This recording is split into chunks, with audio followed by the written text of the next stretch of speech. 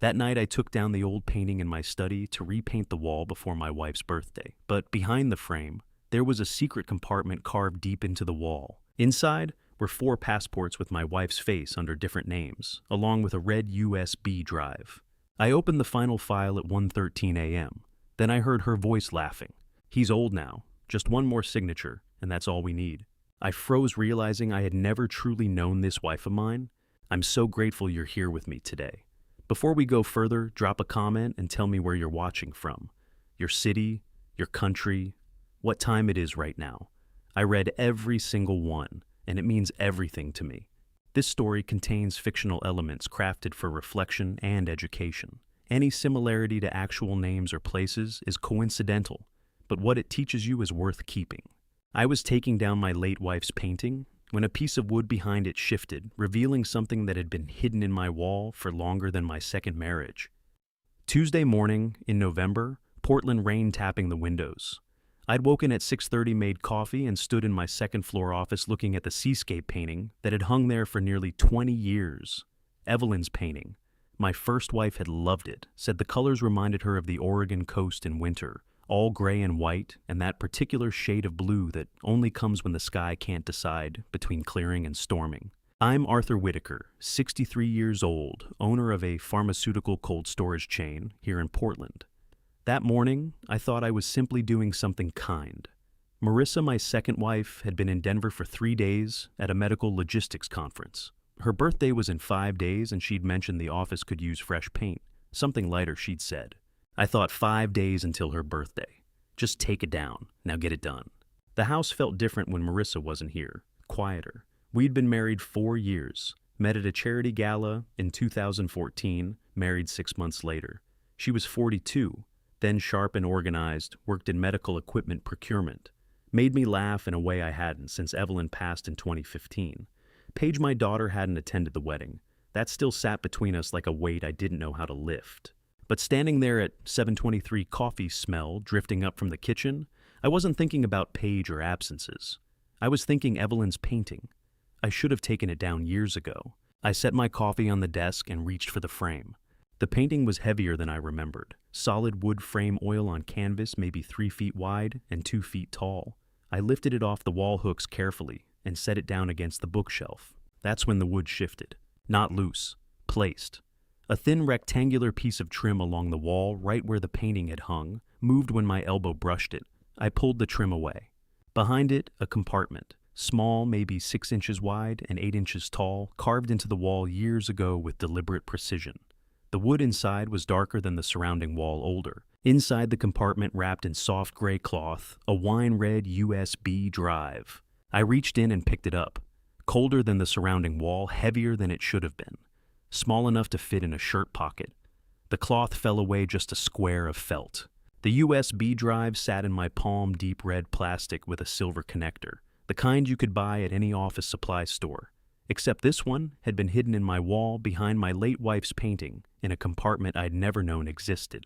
How long had this been here? How many times had I walked past this wall, looked at this painting, sat at this desk, working and never known there was something 6 inches away from my head, hidden?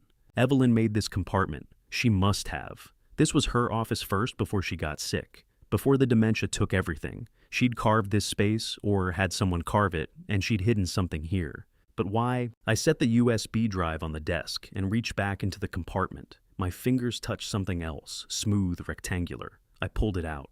3 passports. I opened the first one, Canadian. The photo showed a woman with dark hair, brown eyes, professional smile.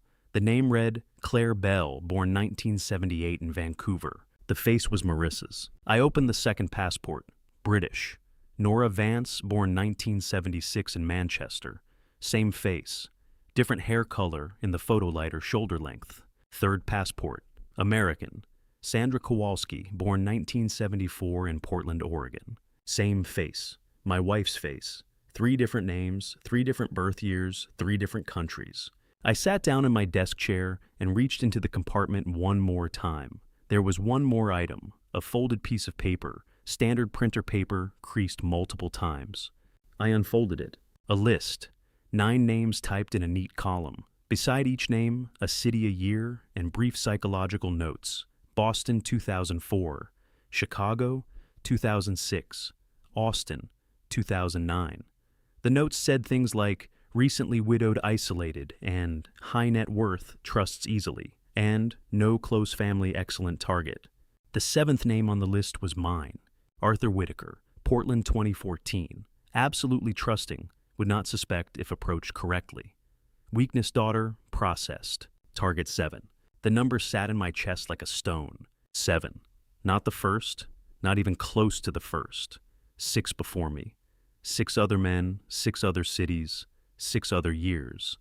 And after me, 2 more names I didn't recognize, both marked with dollar amounts and dates that hadn't happened yet. Weakness daughter, processed. What did that mean, processed? I looked at the passports again, spread them on my desk in a line. Claire Bell, Nora Vance, Sandra Kowalski. 3 identities, 3 lives, all worn by the same woman. The woman I'd married 4 years ago. The woman I'd trusted with my home, my finances, my late wife's memory. The woman who'd called me 2 nights ago from Denver and said, "I miss you, sweetheart. Can't wait to be home." Portland rain kept tapping the window steady and cold. The wine-red USB drive sat beside the passport, still unopened. I hadn't plugged it in yet. Part of me already knew I didn't want to see what was inside, but I would have to look eventually. I sat on the floor of my office back against the wall where Evelyn's painting had hung for 20 years, holding 3 passports with my wife's face and 3 different names. The compartment gaped open above me, empty now, showing the dark wood inside that had kept these secrets longer than my second marriage had even existed. Target 7. The house was completely silent except for the rain. It took me 20 minutes to plug it in. I sat at my desk with the wine-red USB in my palm, turning it over like it might reveal something on the outside that would spare me from what was inside. The 3 passports were still spread across my desk. Claire Bell, Nora Vance, Sandra Kowalski. At 8:02 a.m., I plugged the USB into my laptop. The drive opened with 3 folders: video, assets, profiles. I clicked on video first. The folder contained hundreds of files, each time-stamped and labeled by location. Office_072-318-1403. Kitchen_0815. 12_0842. Garage_0921220_1925. The dates went back to July, 4 months ago. I opened the first file. My office appeared on screen. This desk. The view from above and behind angled down at maybe 45 degrees. I watched myself sit here, typing, checking my phone. The timestamp read July 23rd, 2:03 p.m. I'd been working on a contract renewal for our Seattle facility that day. The video had no sound, but the angle was perfect. Clear view of the laptop screen if you zoomed in. Clear view of my face, my hands, everything on the desk. I opened another file. Kitchen, August 15th. Me making coffee at 6 in the morning. Another file, hallway. September 3rd, me walking from bedroom to bathroom in a t-shirt and boxers. This wasn't old footage. These timestamps went back to July, but continued through October. The last file was dated November 4th, 2 days ago. I looked up slowly at the bookshelf behind me. The small black cylinder I thought was a smoke detector sat on the middle shelf tucked between 2 books about cold chain logistics. I'd never questioned it. Marissa had mentioned updating the smoke detectors when she moved in. I'd said fine, whatever makes you comfortable. The device had a faint red light, blinking once every 3 seconds. It was recording right now. Every conversation I'd had in this room, every phone call about the business, every moment I thought I was alone. She'd heard all of it, seen all of it for 4 months. I forced myself to sit still, not to react, not to look at the camera directly, just to close the video folder and open the next one. Assets. The folder contained spreadsheets, financial breakdowns. Whitaker Cold Chain, LLC, current valuation $12.6 million based on 2017 audit, anticipated growth 4 to 6% annually.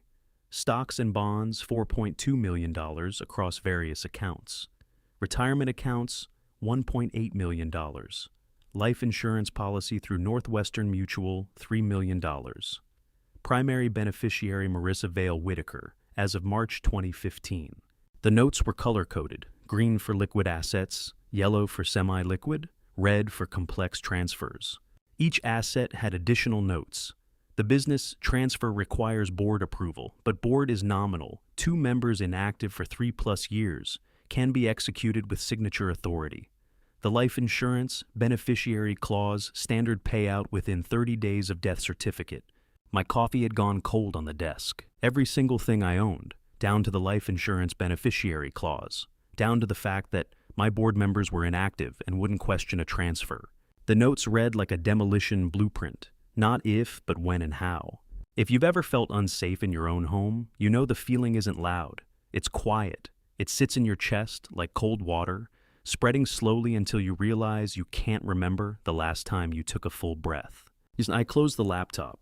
The camera on the bookshelf kept blinking. Red light, every 3 seconds.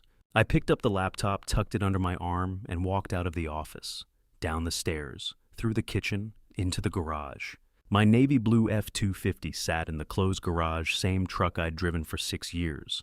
I climbed into the driver's seat, closed the door, and set the laptop on the steering wheel. The garage was dark except for the glow from the screen. No cameras here, at least none I'd seen in the video folder. I opened the third folder, Profiles.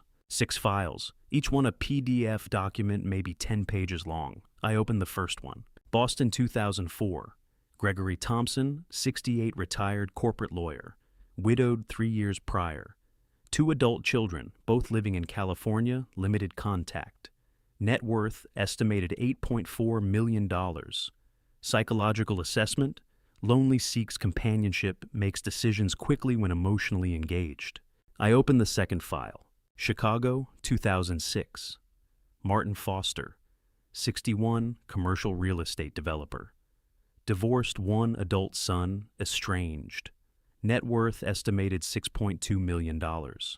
Assessment: distrustful of women, initially requires extended courtship period, values independence, but secretly desires partnership. Austin 2009, Colorado 2011, Texas 2012. Each file the same structure. Name, age, marital status. Net worth, psychological profile, approach, strategy.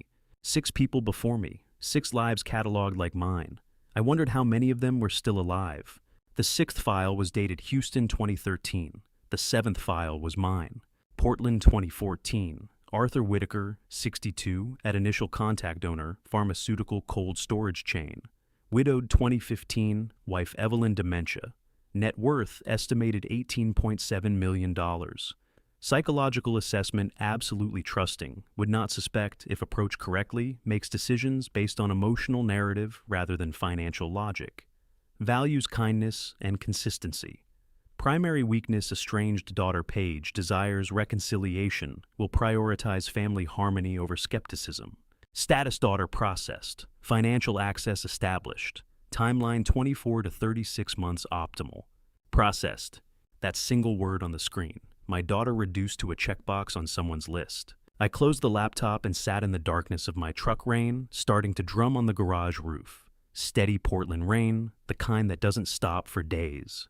Marissa's flight landed at 6. She'd be home by 7. I had less than 5 hours to decide who I was going to be when she walked through that door. The man who just discovered his entire life was a surveillance box and a financial spreadsheet, or the man who'd take his wife's face in his hands, smile, and say, "How was Denver?" I sat in my truck in the closed garage, laptop balanced on the steering wheel, Portland rain drumming on the roof. Marissa's plane would land in 3 hours. I folded the laptop closed and looked at my reflection in the rearview mirror, a 63-year-old man who just learned he'd been living in a surveillance box for 4 months. I needed to decide right now whether I was going to scream or whether I was going to think. I chose to think, which meant the first thing I needed to do was figure out how to disconnect 4 months of surveillance without her knowing I'd found it. I climbed out of the truck at 10:15, walked back into the house, through the kitchen, up the stairs, past my office door, without looking at the blinking camera on the bookshelf. The Wi-Fi router sat in the hallway closet behind winter coats. Small black box with 4 green lights. I unplugged it, counted to 60, and plugged it back in. 60 seconds. Long enough for the cameras to reset, short enough to seem like nothing. If she checked the logs later, it would look like a router hiccup. Portland internet goes out all the time in the rain. I had maybe 10 minutes before the system logged back on and started recording again. I went to my office, sat at my desk, and pulled out my phone. Scrolled through contacts to a name I hadn't dialed in nearly 2 years. Miles Avery.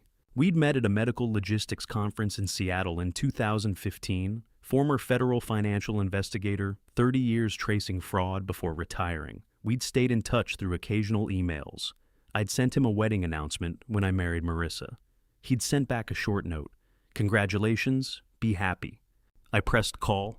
Miles Avery, 65, former federal financial investigator, whom I'd met at a medical logistics conference 3 years earlier, picked up on the third ring with the calm voice of someone who'd spent 30 years listening to people describe the unbelievable. Arthur Whitaker, he said, caller ID, probably. It's been a while. Miles, I need help with something I can't quite believe is real. Silence, not empty. The kind that means someone is paying full attention. Go ahead, he said. I described what I'd found. The painting, the compartment, 3 passports with my wife's face and 3 different names. The victim list, with my name 7th labeled absolutely trusting weakness daughter, processed. The USB drive with camera footage from July. Hundreds of video files, office, kitchen, hallway. Asset valuations down to the beneficiary clause on my life insurance. Psychological profiles of 6 men before me. I kept my voice level, didn't editorialize, just the facts. Miles didn't interrupt, just that clinical silence, the sound of someone mentally cataloging evidence. When I finished, he exhaled slowly. How many cameras, he asked. At least 4, maybe more. How many victims on the list? 9 total, 6 before me, 2 after. What's the total asset value they documented? Sendi Baumidextino wand. I closed my eyes. Just over 20 million. Another exhale. Arthur, this is a marriage-based property fraud scheme. Systematic, professional. You're not the first, and you won't be the last.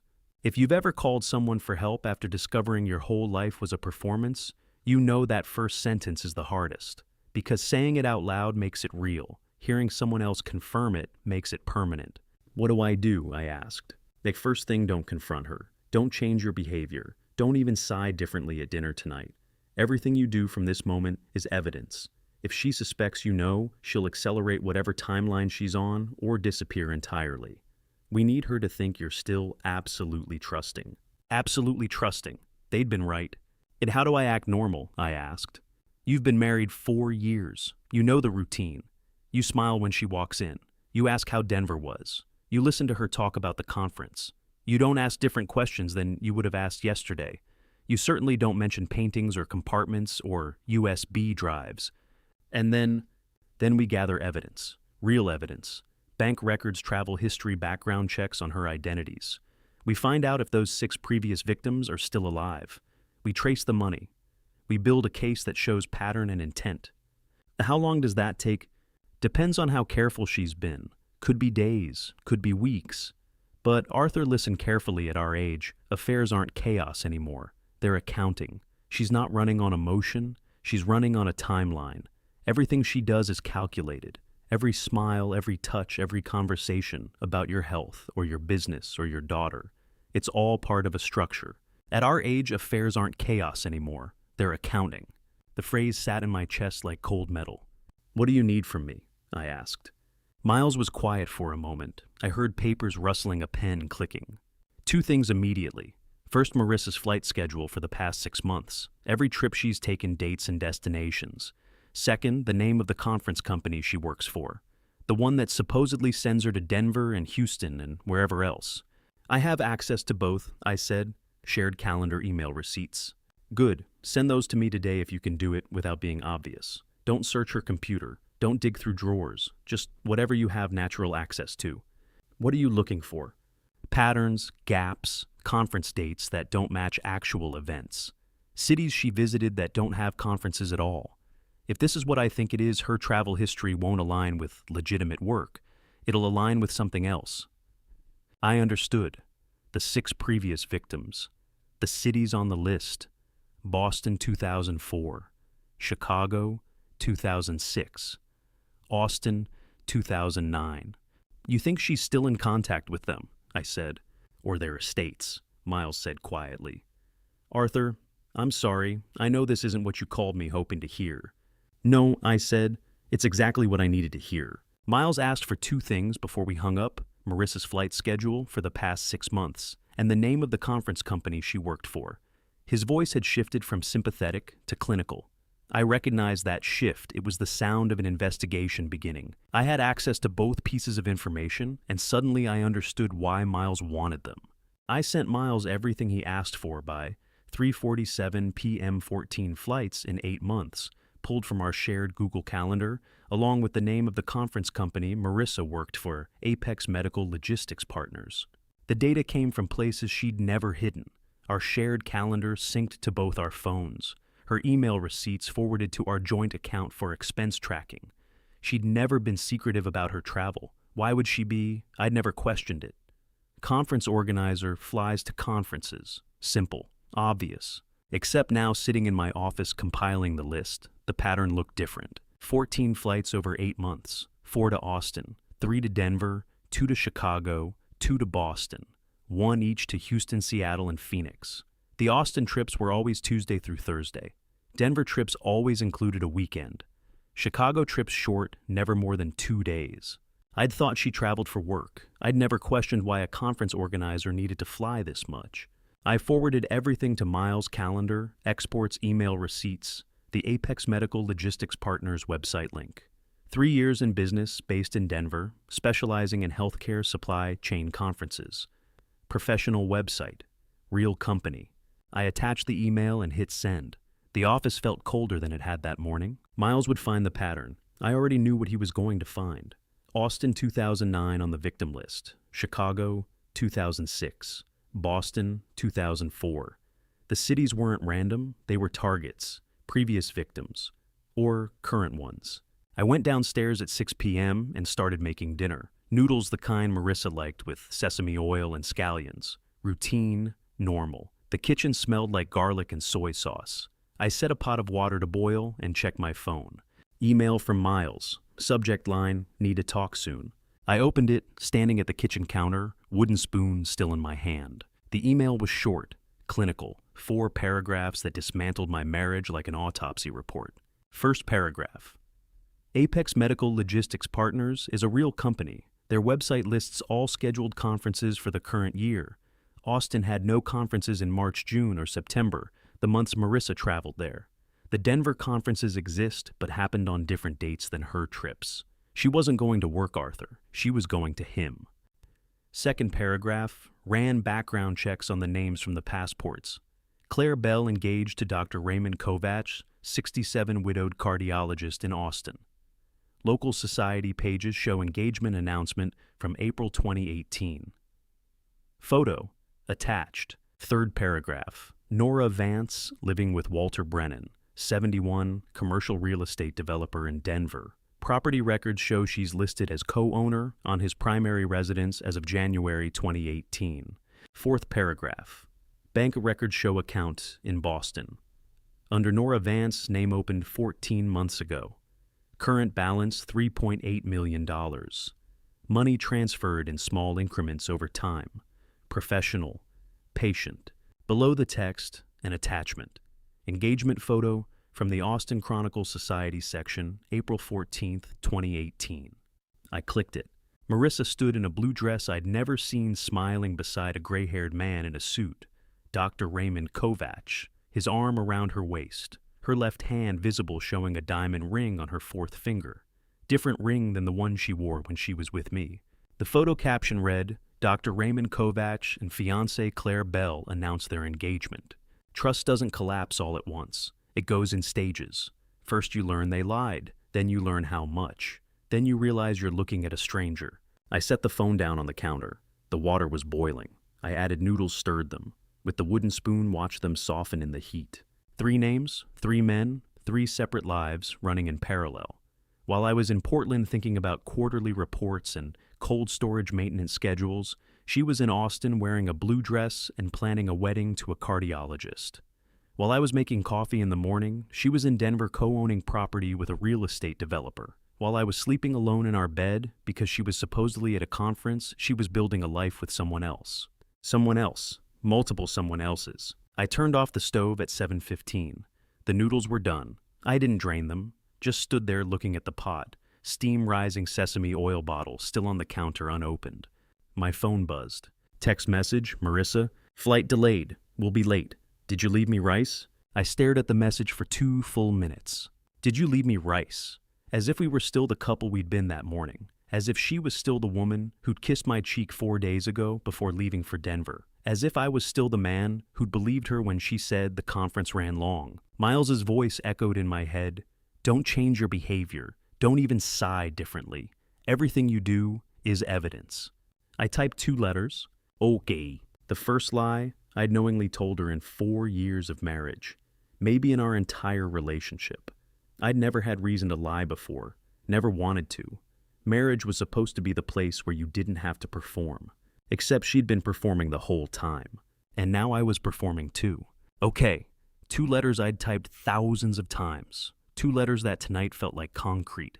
I hit send. The message showed delivered, then read. 3 dots appeared. She was typing. The dots disappeared. No response. I set the phone face down on the counter and looked at the kitchen. The pot of noodles now cold. The sesame oil I'd never opened. The scallions I'd chopped sitting on the cutting board, unused. The email still open on my laptop, showing Marissa Claire in a blue dress beside a man whose name I'd learned 10 minutes ago. The house felt different, not because she wasn't in it. I'd spent plenty of evenings alone when she traveled. The house had always felt like it was waiting for her to come back. But tonight it felt different, because I finally understood she'd never really been in it at all. The Claire in Austin was real. The Nora in Denver was real. The woman who came home to Portland and slept in my bed and asked about rice, I didn't know what she was. And she was coming home tonight. I called my daughter at 11:47 that night because I couldn't carry it alone anymore and because 4 months of silence suddenly felt like cowardice. Marissa had come home at 10:15. She'd walked into the kitchen, set down her bag, smiled at me like nothing had changed. Long day, she'd said. I'd nodded, asked how Denver was. She'd reheated the cold noodles, eaten standing at the counter, told me about a difficult supplier at the conference. I'd listened, nodded, asked one follow-up question. Perfect normalcy, just like Miles had said. She'd gone to bed at 10:45. I'd stayed in my office door, closed lights off. At 11:47, I scrolled to Paige's number in Seattle. Paige Whitaker, my 32-year-old daughter and financial fraud attorney in Seattle, answered my call at 11:47 p.m. on the first ring as if she'd been waiting beside her phone for 4 months. Dad. Not a question, just my name spoken with relief. Paige, it's late, I know, Dad, you found something, didn't you? She interrupted. Finally, the word hit me like proof. How long have you known? I asked. 6 months, Dad. I saw transactions that didn't make sense. Small things, but they added up. I sat down. What transactions? You called me in May. Mentioned refinancing the house. I asked for details. But when I checked the public title records, the refinance had gone through 2 months earlier than you told me. And the loan amount was $50,000 more than what you said. I didn't remember that conversation. Marissa had handled the refinancing. I hired a financial fraud specialist, Paige continued. Started pulling public records, property transfers, business filings, small discrepancies, patterns. So I tried calling you. You tried 17 times, Dad. Between May and September, Marissa always answered. Always said you were busy in a meeting on a call. You'd call back. You never did. The cold water feeling spread through my chest. I didn't get any messages, I said. I know. I figured that out around July, so I started emailing, texting. You'd respond, but the responses felt off, too formal, too brief. I tested it once, sent you a text, asking about Mom's painting the seascape in your office. You texted back saying you'd moved it to storage months ago. I never moved it, I said. It was on the wall until yesterday morning. I know. That's when I knew she was intercepting everything, reading your messages, responding as you, keeping me away from you. There's a moment when you realize your child has been protecting you instead of the other way around.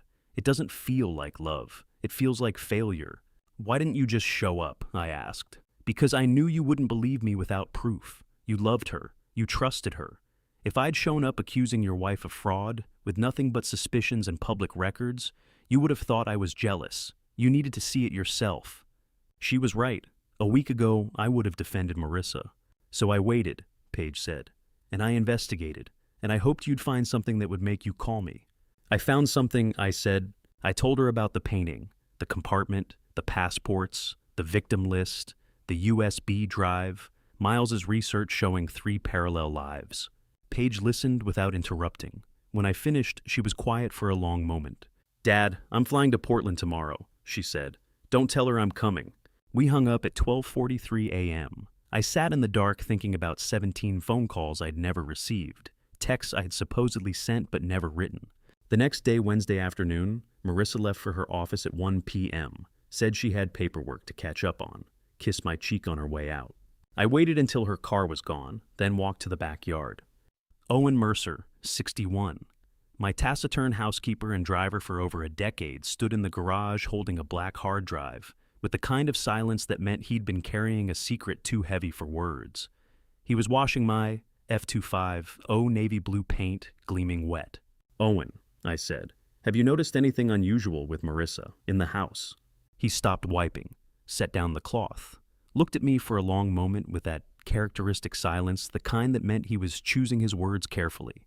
Then he walked into the garage storage room and came back carrying a small black external hard drive. "She thought I'd formatted this," he said. "I didn't." He handed it to me. The drive was cool, heavier than it looked. "What's on it?" I asked. 3 months of security footage, backyard cameras. She asked me to delete it in September, said the storage was full. I told her I deleted it, but I kept this copy. "Why?" Owen's hands shook slightly. First time I'd ever seen him anything but steady. "Because I'd seen her," he said. "July 14th, August 3rd, September 22nd, same pattern. 2 in the morning, she'd go to your office. I saw it on the camera feeds. She was taking photos of papers on your desk, using her phone flashlight. I kept thinking I should tell you, but I didn't think anyone would believe a housekeeper against his wife." Owen had watched for 3 months, silent, loyal, afraid. "I'm sorry, sir," he said quietly. "I should have said something sooner." Owen handed me the black hard drive and went back to wiping the car, his weathered hands moving in steady circles on the navy blue hood. I stood there holding 3 months of evidence in my palm, 2:17 a.m., timestamps my wife's silhouette in my office doorway, the camera angle showing her, bent over my desk with her phone's flashlight. The people closest to me had been watching her, while I'd been watching nothing, and Marissa had no idea they'd kept the proof. She came home at 7:14 Wednesday evening, and I heard the double tap of her brakes in the driveway, the same sound I'd heard 1,000 times before. Except this time, I knew exactly where she'd actually been. I stood at the kitchen counter cooking rice. Owen's hard drive sat in my truck in the garage locked in the glove compartment. The evidence was accumulating passports, victim lists, camera footage, Miles's research, Paige's 6-month investigation, Owen's 2:17 a.m. timestamps. Everything pointed to one conclusion. And now she was walking through the door. Marissa entered through the carport, rolling her small black suitcase, the same one she always used. Dark slacks, white blouse hair pulled back. She looked tired. Real tired or performed tired. I couldn't tell anymore. "Hey, hon," she said, setting down her bag. Traffic was terrible from the airport. She crossed the kitchen and kissed my cheek. Quick automatic. The gesture of 4 years of marriage. Her lips were cool. She smelled like airplane recycled air and that jasmine lotion she always wore. I noticed for the first time how her smile didn't quite reach her eyes. "How was your week?" she asked, already moving to the counter, opening the mail I'd left stacked there. "How was Denver, the training session? It's long, too many breakout sessions, not enough coffee. You know how these things are." I did know, or I thought I knew. Except Denver didn't have a conference on the date she'd been there. Denver had Walter Brennan, 71, real estate developer property co-owner, with a woman named Nora Vance. I turned back to the rice-added water, set the pot to simmer. "You must be hungry," I said. "Starving. Airplane pretzels don't count as food." She started unpacking at the kitchen island. Laptop, conference folder, business cards, water bottle. The routine movements of someone who'd done this hundreds of times. Except now, I was watching for cracks in the performance. She talked while she unpacked. The conference company was reorganizing their vendor relationships. Her flight yesterday had been delayed 2 hours on the tarmac. The hotel's Wi-Fi was terrible, made it hard to check emails. I plated rice while she talked, added the leftover chicken from Monday. set the plates on the table. Her phone vibrated face down on the counter. She glanced at it, didn't reach for it, kept talking about the hotel Wi-Fi. I didn't look at the phone, didn't ask who was calling. We sat down to eat. The downtown conference next week, she said, spearing a piece of chicken.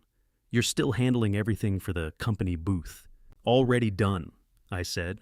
Sponsorship package signed, booth location confirmed. She relaxed visibly, shoulders dropped half an inch. The smile reached her eyes for the first time since she'd walked in. Good, she said. This one's important. National audience. Lots of visibility. National Medical Logistics Conference. November 14th. 8 days away. Miles had mentioned it when we talked. 300 attendees. Major industry event. I watched her hands gesture as she talked about vendor booths and networking opportunities. Watched her face animate when she described the keynote speaker lineup. And I realized I was seeing two people simultaneously: the wife I'd married 4 years ago, who'd made me laugh at a charity gala, and the woman named Claire Bell, who was engaged to Dr. Raymond Kovacs in Austin. Double vision that wouldn't resolve. If you've ever looked at someone you love and suddenly seen a stranger wearing their face, you know it's not loud. It's quiet, like double vision that won't resolve. You okay? She asked. You seem distracted. I'm just tired, I said. Long week. Well, I'm home now. She reached across the table and squeezed my hand. Her fingers were warm, real. We can relax this weekend. Maybe go to that Italian place you like on Saturday. Sure, I said. That sounds good. Her phone vibrated again. This time she picked it up, glanced at the screen, set it face down again. Work, I asked. Just the airline. Confirmation email for my next trip. I didn't ask where, didn't ask when, just nodded and took another bite of rice. We finished dinner in comfortable silence. The kind of silence that meant we'd been together long enough not to need constant conversation. Except now the silence felt different, like we were both performing comfortable instead of living it. She helped me clear the dishes, rinsed the plates, loaded the dishwasher with the same practiced efficiency she always had. Everything in its place, everything routine. I'm going to shower, she said, drying her hands on the towel. Long day of traveling. Take your time. She left her suitcase by the door, left her phone charging on the counter, went upstairs. I heard the bathroom door close, heard the water start running. I stood there in the kitchen, listening to the water run through the pipes, the same sound I'd heard thousands of times over 4 years. The sound that meant my wife was home safe, familiar. The sound of routine, of normalcy, of marriage. Tonight it sounded different, like someone washing evidence off their hands. Like someone washing away Austin, Denver, Boston, Dr. Raymond Kovacs, Walter Brennan, the $3.8 million account, the 3 passports with 3 different names.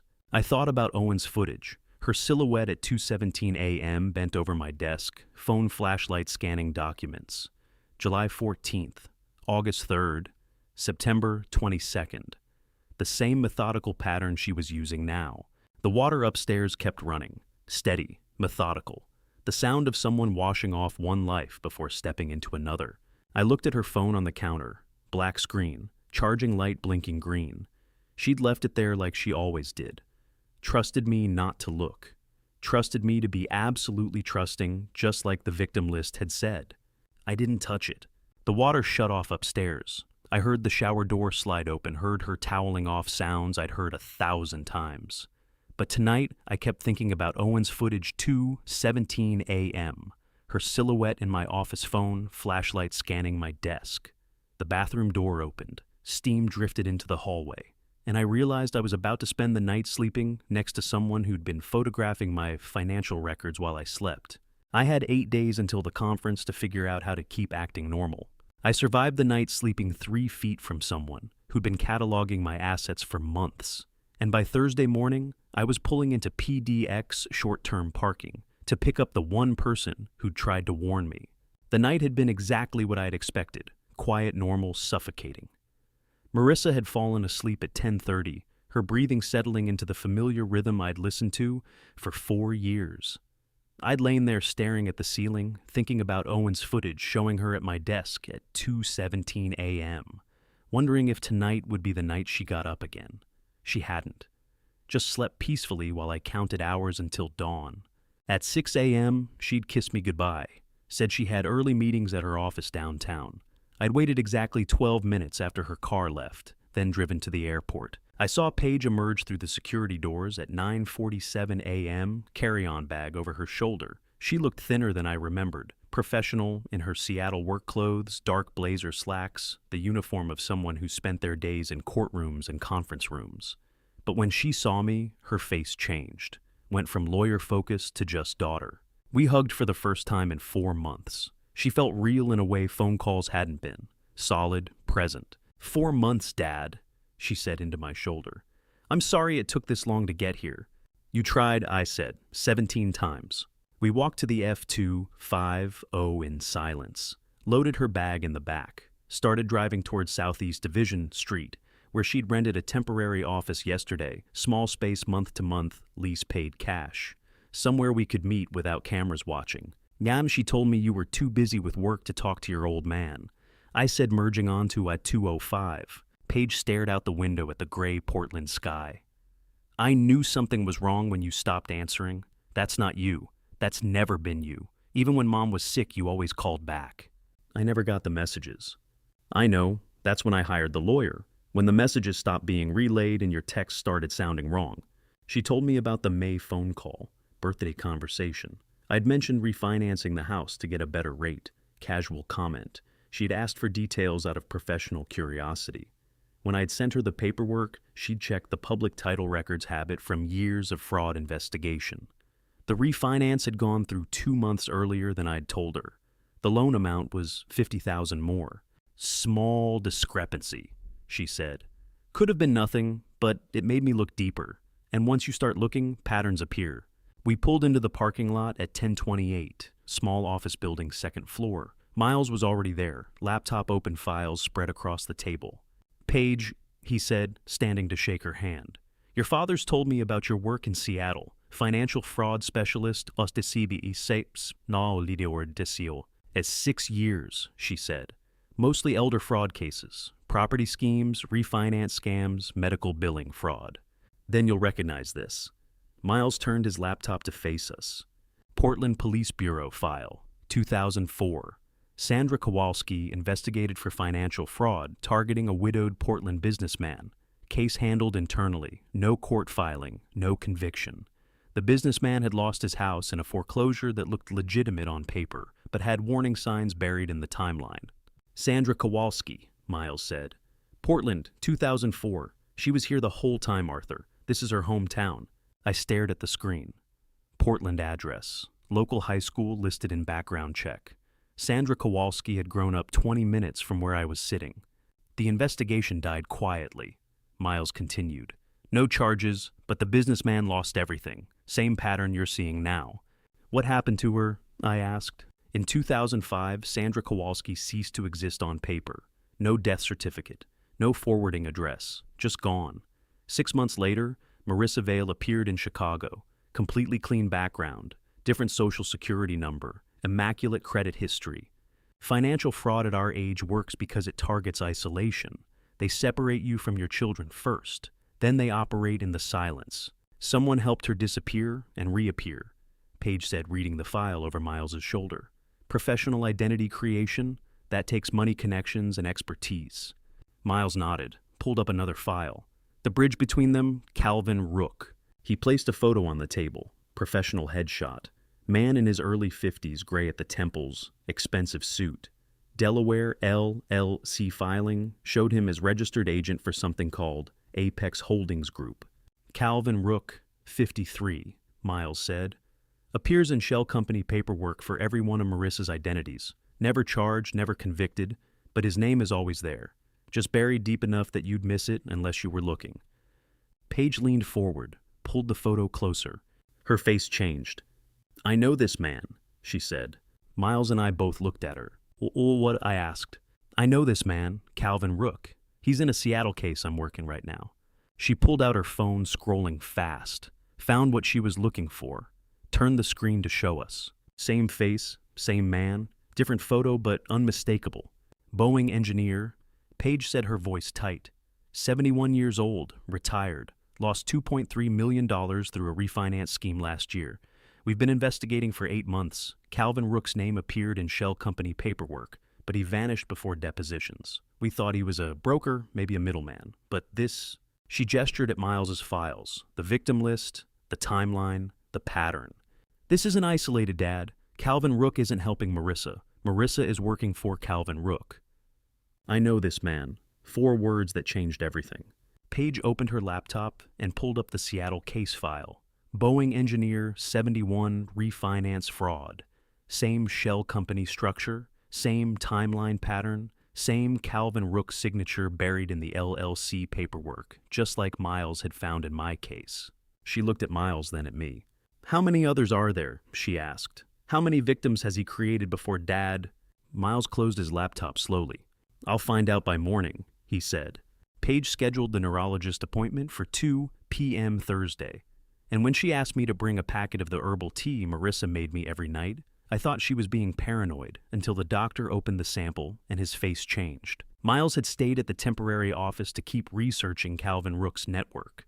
Paige drove me to Northwest Portland in her rental car, a sealed Ziploc bag with the tea packet sitting in the cup holder between us. Moroccan blend. Marissa bought it monthly from the organic market on Hawthorne. Same brand for 2 years. I drank it every night at 9 p.m. while we sat in the living room, her asking about my day, me relaxing before bed. Dr. Garrett Sinclair, 44 independent neurologist in a Northwest Portland clinic, examined the herbal tea sample with the careful attention of someone who'd seen medication tampering before. He took my blood first standard vein draw, 3 vials. Then he disappeared into the back with the tea sample. Paige and I sat in the exam room not talking. What was there to say? We were testing whether my wife had been poisoning me. Either she had or she hadn't. Either way, the marriage was over. Dr. Sinclair returned 20 minutes later with a printout and the tea packet. The blood test shows diphenhydramine. He said, setting the papers on the desk. Not a dangerous level, but consistent exposure over months. Common antihistamine. Found in over-the-counter sleep aids. And the tea? Paige asked. Dr. Sinclair opened the Ziploc bag, poured a small amount of the loose tea onto a white tray, pointed to fine powder mixed throughout the dried leaves. This tea, someone mixed it in deliberately, he said. The distribution is too even to be accidental contamination. It's been carefully measured and blended throughout. I stared at the tea, the same tea I'd been drinking since July. 4 months of sitting across from Marissa at dinner, drinking what she prepared, trusting it completely.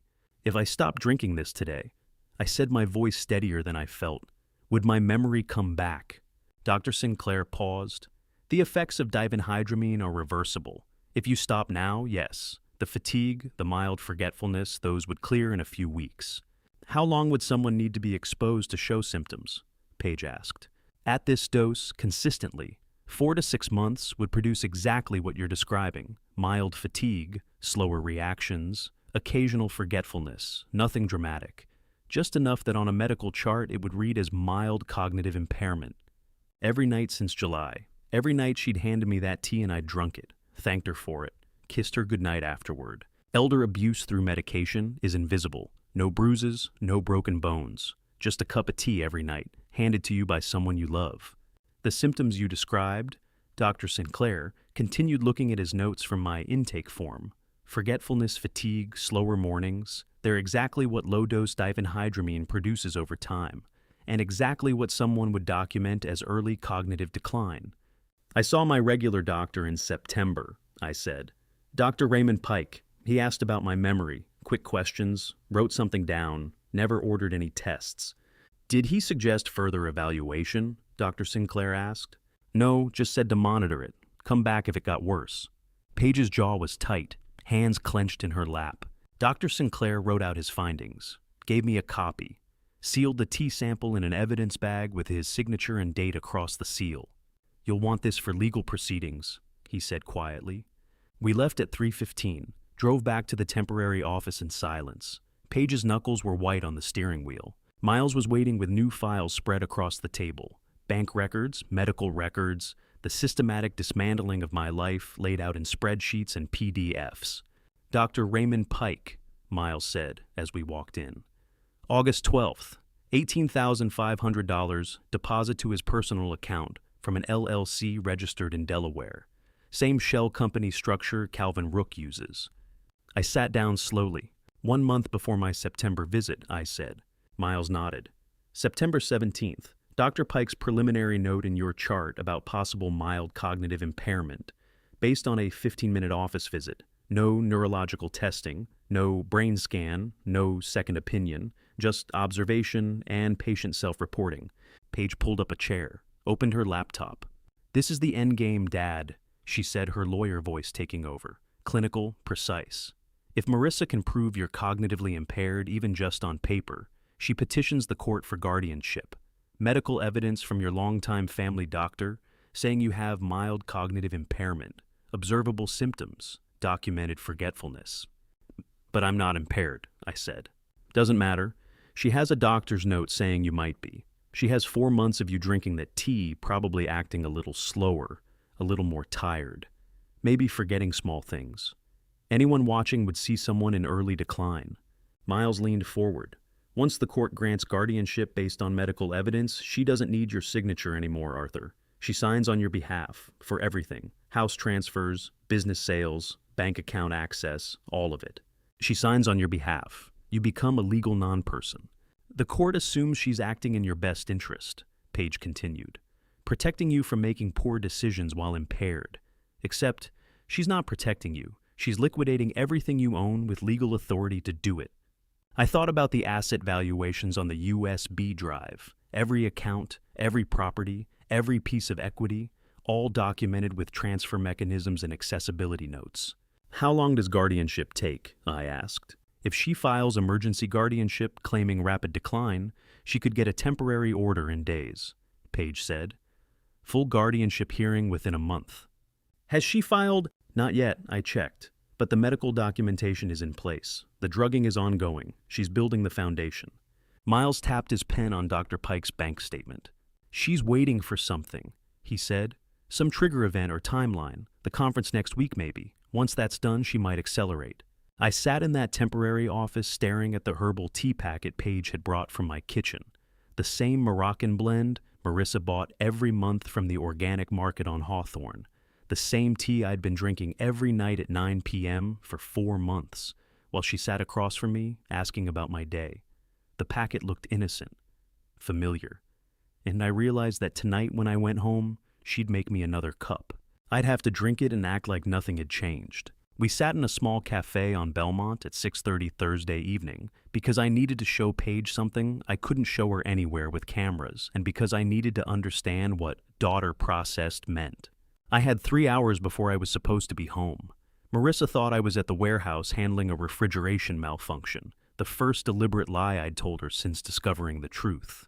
The cafe was nearly empty. Corner booth by the window, rain already starting. Paige ordered coffee. I ordered nothing. I slid the printed victim list across the table, my finger on the 7th line. Target 7, Arthur Whitaker. Portland, 2014. Absolutely trusting, would not suspect if approached correctly. Weakness daughter, processed. Paige read it, then read it again.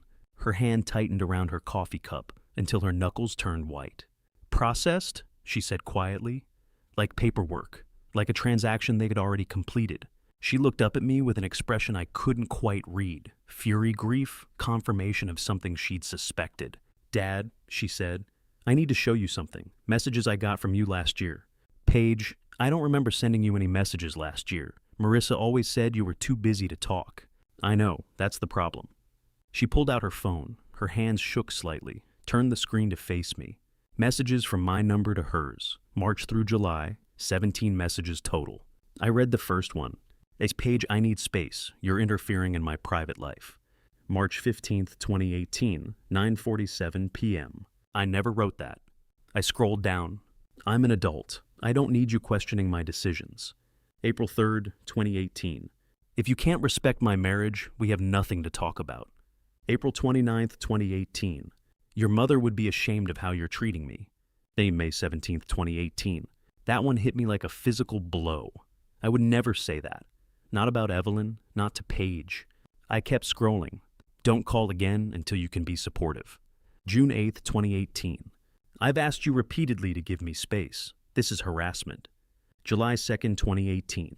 17 messages, each one colder than the last. Each one from my phone number, time-stamped, delivered. My coffee was going cold. I couldn't remember ordering it. I got 17 of these between March and July, Paige said, each one colder than the last. Paige, I never wrote these. I never even saw these. I thought you stopped calling because you were busy with work. Marissa said, I stopped. Heard what I was saying. Marissa said. Marissa told me. Marissa explained. I know you didn't write them now, Paige said. But for 4 months, Dad, I believe my father didn't want to talk to me anymore. If you've ever been systematically separated from someone you love, you know the abuser doesn't make it loud. They make it gradual. They make you believe it was your choice. After the July message, Paige continued. I stopped trying to call. What was the point? You'd made it clear you didn't want to hear from me. Because I thought you were the one who stopped calling, I said.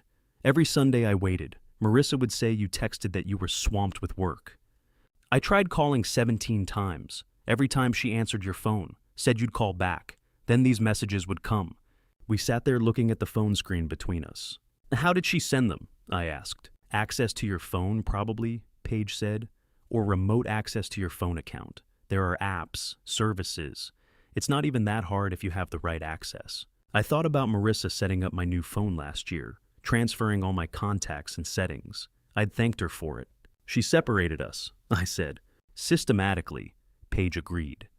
Before she went after your assets, she went after your support system. Your daughter who might notice financial irregularities. Your daughter who works in financial fraud investigation. Daughter processed. Daughter processed, Paige repeated. Completed, done. Weakness neutralized. We sat across from each other as rain streaked the window, Portland's November darkness settling outside. Neither of us spoke for several minutes. I thought about every Sunday in those 4 months. Every week I wondered why Paige never called. Every birthday card I sent that got shorter replies. Every gap that widened without me understanding why. Paige had been pushed away systematically, deliberately, as thoroughly as if she'd been erased from my life. And I'd believed she was just busy, just distant. The silence between us held 4 months of Sundays I'd spent alone, wondering why my daughter stopped calling. I'm sorry, I said. For what? Paige asked. For believing it, for not questioning why you stopped calling. Dad, she forged messages from your phone. She answered every call I made. She created a wall between us using your voice, your number, your authority. This isn't your fault. Still feels like it. I know. The rain kept falling. The cafe was warm, smelled like coffee and damp wool. Safe, temporary, a bubble away from the surveillance and the poison tea. We sat in that cafe booth for another 20 minutes without speaking, rain tapping the window, her coffee going cold, my hands flat on the table beside the phone, showing messages I'd never written. When we finally stood to leave, Paige put her hand on my shoulder, the first time she'd touched me in 4 months, and I understood that some damage couldn't be undone, only acknowledged. I had to go home and drink poison tea across from the woman who'd stolen my daughter before she tried to steal everything else. I opened Evelyn's laptop at 11:30 Friday night because Paige had asked me that afternoon if I'd ever gone through my first wife's old files, and because I suddenly needed to know if Evelyn had seen what I'd been blind to. I'd survived Thursday night, come home at 9:45. Marissa had made tea, the poison tea I now knew about, and I'd drunk it while we sat in the living room talking about her day at the office. Performance upon performance.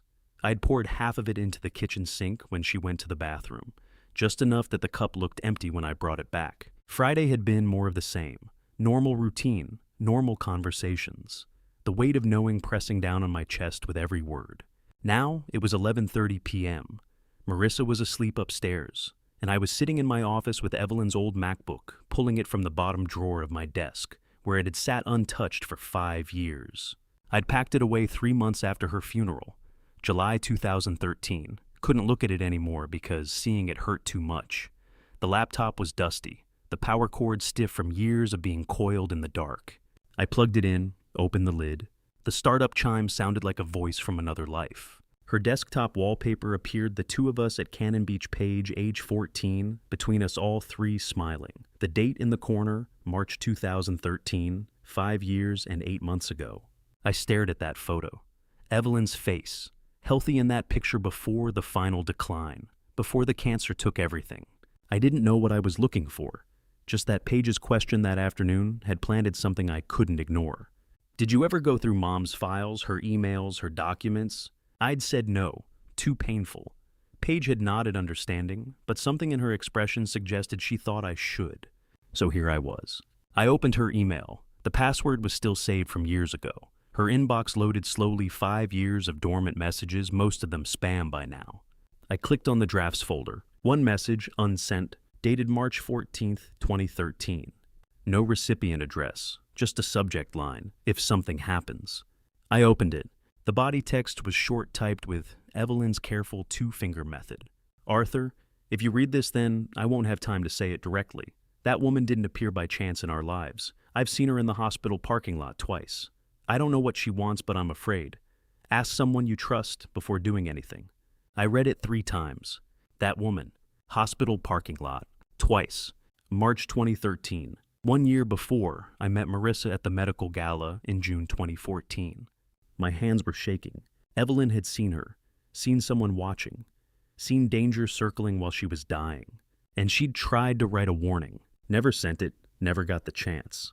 The dead protect the living in ways we don't discover until it's almost too late. An unsent email, a locked drawer, a warning we're not ready to hear. I checked the dates again. March 14th, 2013. The draft was created 3 weeks before Evelyn's final hospitalization. She'd been in and out of the hospital for chemotherapy throughout early 2013, getting weaker, losing weight, losing hope. And during one of those visits, she'd seen a woman in the parking lot, twice. That woman didn't appear by chance. I pulled up the hospital records I'd kept from Evelyn's treatment, found the dates of her March appointments, March 5th and March 12th, 2013, both at Providence Portland Medical Center, the same hospital where Marissa claimed she'd worked in medical equipment procurement, the same hospital where she said she'd attended the medical logistics conference that led to the gala where we met. Except she'd been there a year earlier, watching Evelyn, watching me, waiting. I sat in the dark office with only the laptop screen illuminating my face, Marissa asleep upstairs in our bedroom, Evelyn's warning from 5 years ago, glowing on the screen. March 2013. Evelyn in chemotherapy, dying, slowly looking out hospital windows at parking lots, where a woman named Sandra Kowalski stood watching from a distance. Already planning, already targeting. Evelyn saw her, knew something was wrong, tried to write a warning, never sent it because she ran out of time. Hospitalized April 7th, 2013. Died April 23rd, 2013. I closed this laptop in July 2013 and never opened it again. 5 years and 4 months of silence. 5 years and 4 months of Evelyn trying to tell me from beyond death. And I'd been too buried in grief to hear her. I thought about the timeline. Evelyn died April 23rd, 2013. I met Marissa at the medical gala, June 12th, 2014, 14 months later. Except Marissa had been there all along, watching from hospital parking lots while my wife was dying, waiting for the right moment to approach, waiting for me to be vulnerable enough, lonely enough, trusting enough. She'd watched Evelyn die.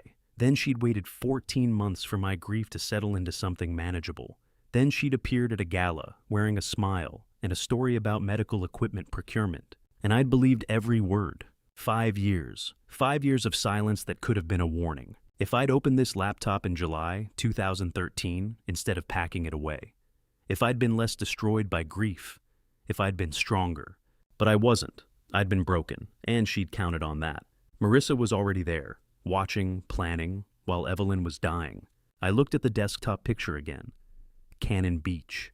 The 3 of us. Evelyn's arm around Paige, my hand on Evelyn's shoulder, all of us smiling at the camera wind in our hair. Ocean behind us. March 2013, the month that photo was taken as desktop wallpaper. The month Evelyn saw someone watching from a parking lot. The month she tried to write a warning she'd never finish. 3 months before she died. 5 years before I found the warning. I sat there until 1 a.m. with Evelyn's email still open on the screen, her desktop picture showing the 3 of us at Cannon Beach. Before cancer, before Marissa, before everything fell apart, Evelyn had seen her, seen the danger, tried to warn me, and I'd closed this laptop in grief and never looked back. Upstairs, Marissa slept in the bed Evelyn used to sleep in. I closed the laptop slowly, carefully, as if Evelyn could still feel it. And I understood that everyone who'd ever loved me had tried to save me except myself. We met at the temporary office Saturday morning at 8 a.m., 4 days before the conference, because the time for gathering evidence was ending and the time for using it was about to begin. I'd spent Friday night with Evelyn's laptop, her warning about the woman in the hospital parking lot burning in my mind. Saturday morning, I'd woken at 6 a.m., made coffee, and told Marissa I needed to check on a warehouse issue. She'd believe me. Why wouldn't she? I'd been absolutely trusting for 4 years. I arrived at the SE division office carrying Evelyn's laptop and 5 days of accumulated evidence, USB files, Owen's hard drive, Dr. Sinclair's blood test results, screenshots of the forged messages Paige had shown me. Paige was already there. Legal pads covered in notes spread across the table in her neat attorney handwriting. Miles had his investigation files open on his laptop, bank records, property transfers, victim lists. The shift in the room was palpable. No more questions about what was happening, only questions about what to do next.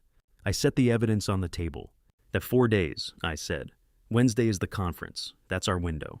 Miles nodded. We have evidence. We have witnesses. We have their timeline. Now we need a strategy. I sat down across from him. Tell me how we stop them, I said. Not just Marissa, all of them. Miles closed his laptop and leaned forward. The conference on Wednesday is your advantage, he said.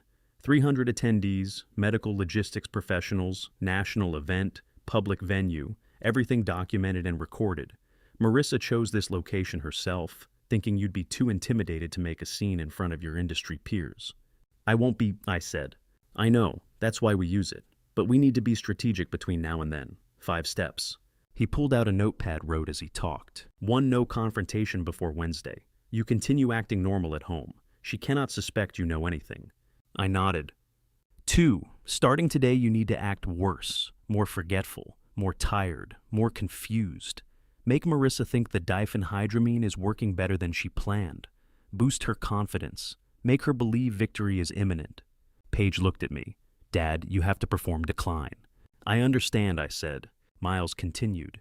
3. We prepare bait documents, legal papers that look like asset transfers or business restructuring. You sign them with special forensic ink that traces every scan, every copy, every digital transmission. When she sends those to Calvin Rook's network, we'll have proof of interstate fraud. 4. We let them draw in the entire network. Don't stop at Marissa. We want Calvin Rook there. We want Dr. Pike there if possible. We want everyone who's been part of this to either attend the conference or be connected to what happens there. And 5, I asked. Miles met my eyes. 5, you confront them at the conference. Public. Recorded. 300 medical professionals watching.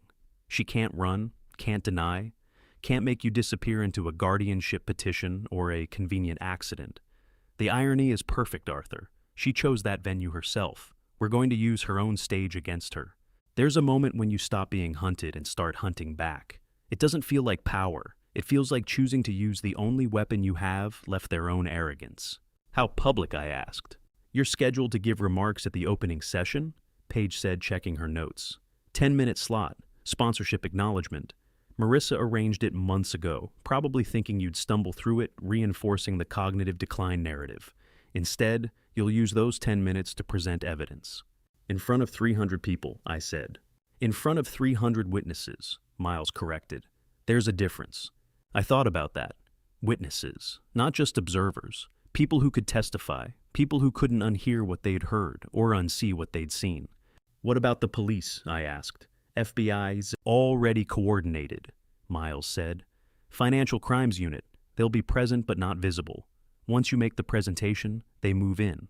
But Arthur, this only works if you can hold it together for 5 days. 5 days of acting worse than you feel. 5 days of drinking that tea and pretending it's working. 5 days of sleeping next to someone who's trying to erase you. Paige's face was tight. Dad, can you do that? Can you act for 5 days? Act confused, act tired, drink that tea every night and pretend it's working. I thought about 4 years of marriage to someone performing 3 parallel identities. 4 months of being poisoned while sitting across from her at dinner. 5 years of never opening Evelyn's laptop because grief had paralyzed me. I met Paige's eyes. I've been acting for 4 years without knowing, I said. 5 days is nothing. The room was quiet for a moment. Miles made a note on his pad. Good. Starting today, you need to seem more forgetful. Lose your keys. Forget what day it is. Ask her the same question twice. Small things that build the narrative she wants to believe. I can do that, I said. And one more thing, Miles added. Between now and Wednesday, she's going to present you with documents to sign. Trust amendments, business restructuring papers, medical authorizations. Sign them. But sign them with the special ink Paige brought. Every signature you make becomes traceable evidence. Paige slid a pen across the table. Looked like a normal ballpoint. Forensic ink, she said. Shows up under UV light, leaves microscopic markers that prove when and where a document was signed. I picked up the pen. Felt like any other pen I'd ever held. Before we finish, I said the question sitting in my chest, finally forcing its way out. Miles, I need to know, is Dean Mallory involved in this? Miles paused. That pause told me everything. That's the next question I was going to ask you, Arthur, he said quietly. Miles didn't answer the Dean Mallory question, directly just said it was his next area of investigation, which meant he'd already started looking and didn't like what he'd found. Paige's face tightened. She knew Dean, too, had called him Uncle Dean. Growing up, remembered him at Evelyn's funeral, standing beside me when I could barely stand on my own. If Dean had betrayed me, it would be the oldest wound of all. Miles didn't answer immediately. Instead, he opened his laptop fingers, moving across the keyboard with the efficiency of someone who'd already started the search. Let me show you what I found. Miles's laptop chimed at 2:47 p.m., and the color drained from his face before he even finished reading. What is it? Paige leaned forward. He turned the screen toward us. The encrypted report header read, Subject Mallory Dean, Francis, Financial Vulnerability Timeline. I stared at Dean's name. Dean, who'd been my friend for 20 years, who'd stood beside me at Evelyn's funeral, who'd introduced me to Marissa with that proud smile like he was giving me a gift. My hands went numb. March 2019. Miles read aloud, Dean accumulated $340,000 in gambling debts across 3 Atlantic City casinos. March through August, escalating credit lines, comped suites VIP treatment, classic debt trap. The numbers blurred on the screen. 2019, the year Dean introduced me to Marissa. The debt was structured to balloon, Miles continued. By December 2019, with interest and penalties, he owed $470,000. Casinos were preparing legal action. Paige's voice was quiet. What happened to the debt? March 15, 2020. Single wire transfer, $470,000. Debt wiped clean. Source Hearthstone Management, LLC, registered in Delaware. Miles pulled up another document. Hearthstone is a shell company, 15 layers deep, but I traced it. The ultimate funding source is an account controlled by Calvin Rook. I felt the room tilt. Dean sold me. Not just sold, Miles said. The transaction trail shows systematic information transfer starting January 2020. Dean provided Calvin's network with your medical appointment schedules, asset valuations, family vulnerabilities, daily routines. For 4 years, Arthur. Your best friend has been feeding them intelligence. Paige was scanning the documents. Wait, Dean introduced Arthur to Marissa in August 2019, right before the debt was cleared. Exactly. Miles highlighted a section. The introduction wasn't friendship. It was a job interview. Dean brought Marissa to that gallery opening because Calvin needed someone close to Arthur. The introduction was Dean negotiating the terms of his debt clearance. How do you measure 20 years? In the fishing trips where Dean and I talked about everything and nothing. In the late-night calls when Evelyn was dying and he just listened. In the 1,000 small moments when I believed someone gave a damn about me. Not for what I had, but for who I was. You can't measure betrayal in dollars. But apparently Dean had found the exact figure, $470,000. I stood up, walked to the window. Outside Saturday afternoon, traffic moved with oblivious normalcy. People going about their lives, trusting their friends, believing the world made sense. There's more, Miles said quietly. I didn't turn around. Of course there is. The reports Dean provided weren't passive. He documented your grief patterns after Evelyn died. He noted when you seemed confused when you forgot conversations. He helped them build the cognitive decline narrative by feeding them observations about your mental state. I remembered the seafood restaurant 4 months ago. Dean's careful questions. You seem tired lately, Arthur. Are you sleeping okay? I noticed you told me the same story twice last week. I'd thought he was concerned, but he'd been taking notes, gathering evidence, building their case. The night he introduced us, I said, my voice strange in my own ears. Dean pulled me aside before I met Marissa. He said, I found someone special for you. Trust me on this. And I did. Because that's what friends do. Paige came to stand beside me. Arthur, he averted his eyes, I said. Last time I saw him, at the restaurant when he was asking about my memory, he couldn't quite look at me when he asked the questions. I thought he was uncomfortable watching me decline, but he was uncomfortable watching me trust him while he sold me. Miles cleared his throat. There's one more thing. The forensic accountant found it an hour ago. I turned. What? The Hearthstone account that paid off Dean's debt. It's the same account that funded Marissa's engagement ring, the $47,000 purchase at Cartier in February 2020. Miles met my eyes. Calvin didn't just buy Dean's cooperation and Marissa's performance. He bought your marriage from both sides. The engagement ring was purchased 3 weeks after Dean's debt was cleared. It was all one transaction. I didn't cry. I didn't rage. I just felt something inside me calcify, turning from flesh into stone. Every memory reframing itself. Every moment of trust revealed as theater. Dean's best man speech at my wedding. Marissa's tears when I proposed. Both of them acting. Both of them paid. And the conference is Wednesday, I said. My voice sounded calm, distant. Will Dean be there? He's listed as attending, Paige confirmed. He RSVP'd for the keynote. Good. I returned to the table. Add him to the witness list. I want him in that room when we reveal everything. I want him to watch it all collapse. Miles nodded slowly. Arthur, there's something else we need to discuss. Someone who might be able to help us understand the full timeline. He pulled an envelope from his briefcase. This arrived at my office yesterday. It's from Tessa Whitaker. She was Evelyn's nursing colleague for 15 years. She says she has information about warnings Evelyn tried to give you before she died. Warnings about people you trusted. I took the envelope. The postmark was dated November 8th. Inside, I could see the edge of handwritten pages. She wants to meet tomorrow, Miles said. She says she promised Evelyn she'd wait until you were ready to hear the truth. She thinks you're ready now. I stared at Evelyn's colleague's name. Another piece of the past reaching forward. Another truth waiting to shatter what I thought I knew. Tomorrow, I agreed. Let's hear what Evelyn was trying to tell me. Miles and I agreed it was too risky for me to meet Tessa directly. If they were watching me as closely as Dean's reports suggested, any new contact would raise flags. Paige went instead alone to a cafe in Portland where Tessa had asked to meet. I knew the woman walking toward my cafe table was terrified before she even sat down. Her eyes scanned the room twice. Her hands trembled as she set down her purse. She wore scrubs under a jacket. Hospital ID clipped inward so I couldn't read the name. Tessa Wynn. I kept my voice low. She nodded. You're Paige. Thank you for meeting me. I can't talk to your father. They're watching him every appointment, every call, every visitor. If I contact him directly, they'll know. Tessa Wynn was 51, a registered nurse who'd worked alongside my mother Evelyn for years. Now she sat across from me, looking like someone who'd been running for a very long time. Who's watching? I asked.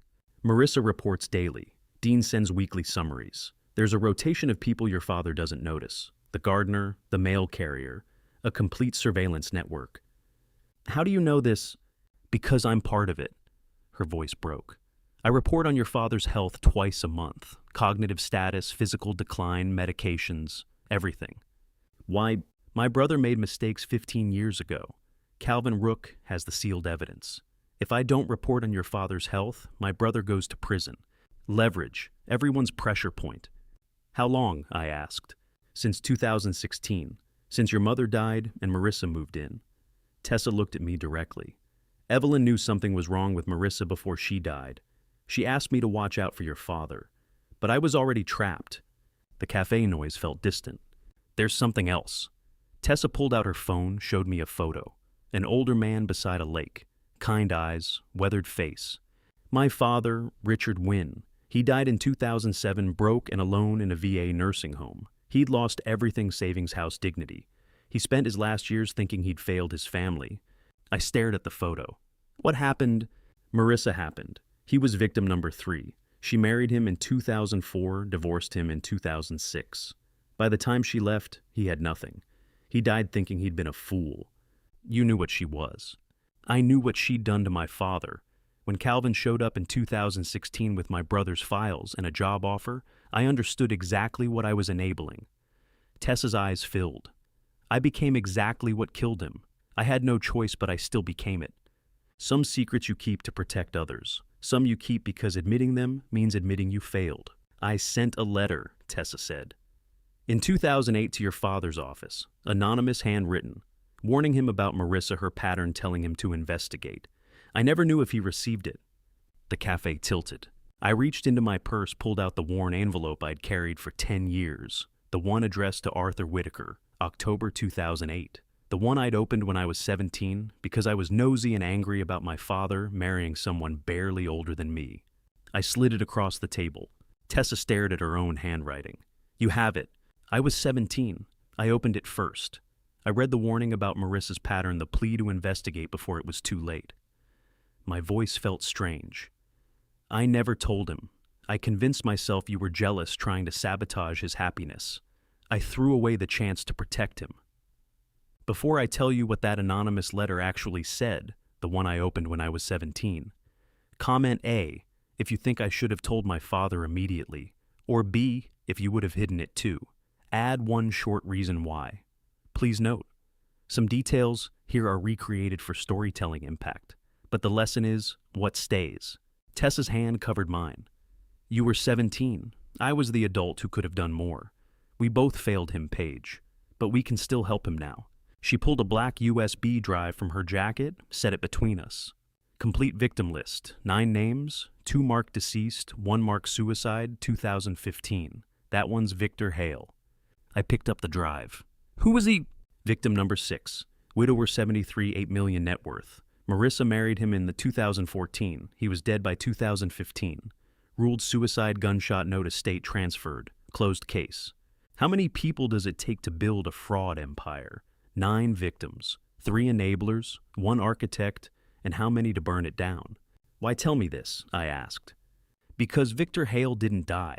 The suicide was staged. He's alive, hiding for 3 years, and he has the original evidence against Calvin Rook, documents, financial trails, everything.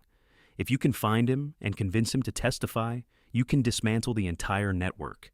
I called my father and Miles immediately. By 6 p.m., we were in the temporary office, the black USB displayed on screen. 9 names, 9 devastated lives, 2 graves, 1 ghost. Miles pulled up Victor Hale's last known information, disconnected phone number from 2015 P.O. Box in Montana Digital Trail, ending the day he died. Then Tessa's hand moved across the table pen, scratching on napkin a 10-digit number area, code 406. He calls me once a year, she whispered. To confirm I'm still alive, still trapped. He'll answer for you. But Victor spent 3 years hiding because he knows what Calvin does to people who threaten him. Convincing him to surface won't be easy. I stared at the Montana number on the napkin, a dead man's phone, a ghost's lifeline, our last chance to turn a victim into a witness. Before I tell you what that anonymous letter actually said, the one I opened when I was 17, comment A if you think I should have told my father immediately, or B if you would have hidden it too. Add one short reason why. Please note, some details here are recreated for storytelling impact, but the lesson is what stays. I called the Montana number that night. Victor Hale answered on the 3rd ring, voice flat. Who gave you this? When I said Tessa Wynn's name, he was silent for 30 seconds. Then, Billings. Route 87 Diner, Tuesday 2 p.m., come alone. The man sitting in the last booth of the Montana Diner looked nothing like his 2015 photo, 20 pounds lighter, hair gone, gray eyes that never left the door. I slid into the seat across from him. His hand stayed under the table. Victor Hale. That name's been dead 3 years. His voice was rough, unused. You being here means I might need to die again. I came alone. You think alone matters? He nodded toward the parking lot. I've been watching that lot for an hour. Memorized every car, every license plate, every face that walked through that door. You drove a rental Chevy Montana plates, probably picked up at Billings Airport this morning, which means someone knows you're here. My investigator arranged the meeting, Celeste Monroe. Victor's jaw tightened. Celeste Monroe is very good at her job. Took her 3 years to find me. That terrifies me, because if she can find me, so can they. The waitress appeared. Victor ordered coffee black. I did the same. We waited until she left. Tessa said, "You have evidence," I said quietly. Victor Hale was 66, skeletal thin, wearing work clothes that had seen too many warehouse night shifts. This was a man who'd owned a Texas energy company worth millions, who'd lived in a house with a view of the hill country, who'd had a name that meant something. Now he worked under an assumed identity in a state where nobody asked questions. Evidence of what he asked. Marissa Vale, Calvin Rook, the network that's been running this operation for 15 years. "You're number 9 on the list," Victor said. "I was number 6. You know what happens to men like us." "I know what they want to happen. I'm trying to stop it." Victor studied me. "How much did you lose?" "Nothing yet, but they've positioned themselves to take everything, 18 million in assets, full guardianship authority, medical power of attorney. The paperwork's already drafted." "Smart. They're getting better." Victor's hand finally came out from under the table. Empty. With me it was crude. Married in 2014, divorced in 2015. By the time the estate settlement cleared, I had nothing. She took the company, the accounts, the properties. 8.7 million gone. "I'm sorry." "Don't be." Victor's eyes hardened. "I wasn't innocent." The coffee arrived. We both waited again. 2009, Victor said quietly. "Houston. Man named Gerald Reeves, 68, widower, owned commercial real estate. Marissa and I worked together. She was the romantic angle, I was the business partner, who validated the investment opportunity. We took him for 400,000. I felt something cold settle in my chest. "You helped her." "I helped her." No shame in his voice, just fact. Split the money, went our separate ways. I thought we were partners. 3 years later, she showed up at my office with a smile and a business proposal. By the time I realized what was happening, she'd already embedded herself in my company, my finances, my life. Victim and accomplice aren't opposites. Sometimes they're the same person separated only by time and whose turn it is to bleed. "Das, why fake your death?" I asked. "Because Calvin Rook doesn't like loose ends. I had evidence, copies of transactions, email trails, recordings. I was stupid enough to threaten exposure. 2 weeks later, my brakes failed on I-35. I survived. The mechanic found the cut line. That's when I understood I could fight and die or disappear and live. You chose to disappear. I disappeared on purpose. Left behind a note, arranged everything so no one would question it. My brother took care of the funeral and the ashes. To the world, I've been dead ever since." He leaned closer. "So, tell me, what exactly do you want from me?"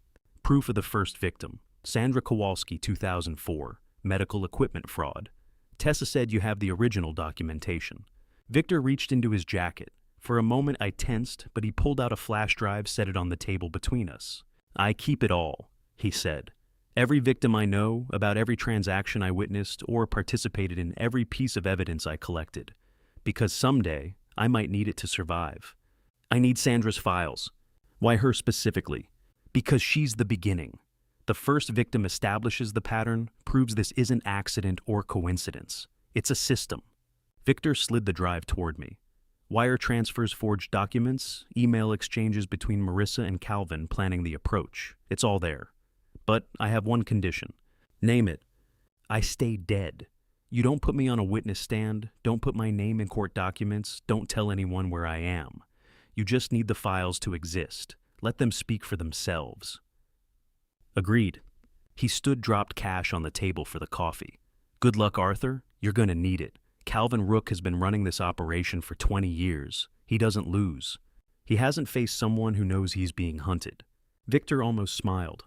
"No, I suppose he hasn't." I flew back to Portland that evening. By the time I walked through my front door at 8:45 p.m., Marissa was waiting in the living room with a leather folder. "Perfect timing," she said brightly. "I have the trust restructuring papers ready. Just needs your signature." 47 pages. Trust amendments, tax protection clauses, asset reassignment provisions. The language was dense, professional, completely opaque. Page had prepared special legal ink, nearly invisible under normal light, but traceable under forensic analysis. Any scan or photocopy would carry a unique identifier. I signed where Marissa pointed, here, here, and here. Initial the amendment pages.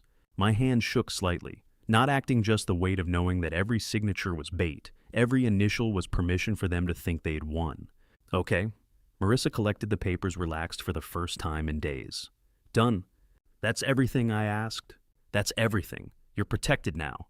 She smiled, touched my hand. I'll file these tomorrow, have everything recorded by Wednesday. She kissed my forehead, went upstairs. I heard her close the bedroom door, heard the muffled sound of a phone call. Paige emerged from the kitchen, pointed to the small recording device hidden in the bookshelf. We listened together. Marissa's voice clear through the speaker. Done, Wednesday conference. Calvin Rook's reply, smooth and confident. Good. I'll be there. The trap was set. Bait in the water, predator circling. Wednesday would determine who was hunting whom. I stood at the bedroom window, watching Marissa's car leave for her late meeting, probably celebrating with Calvin.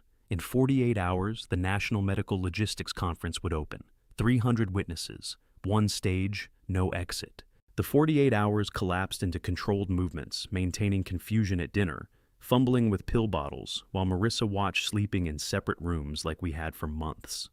By Wednesday morning at 6:30 a.m., I was exactly where I needed to be.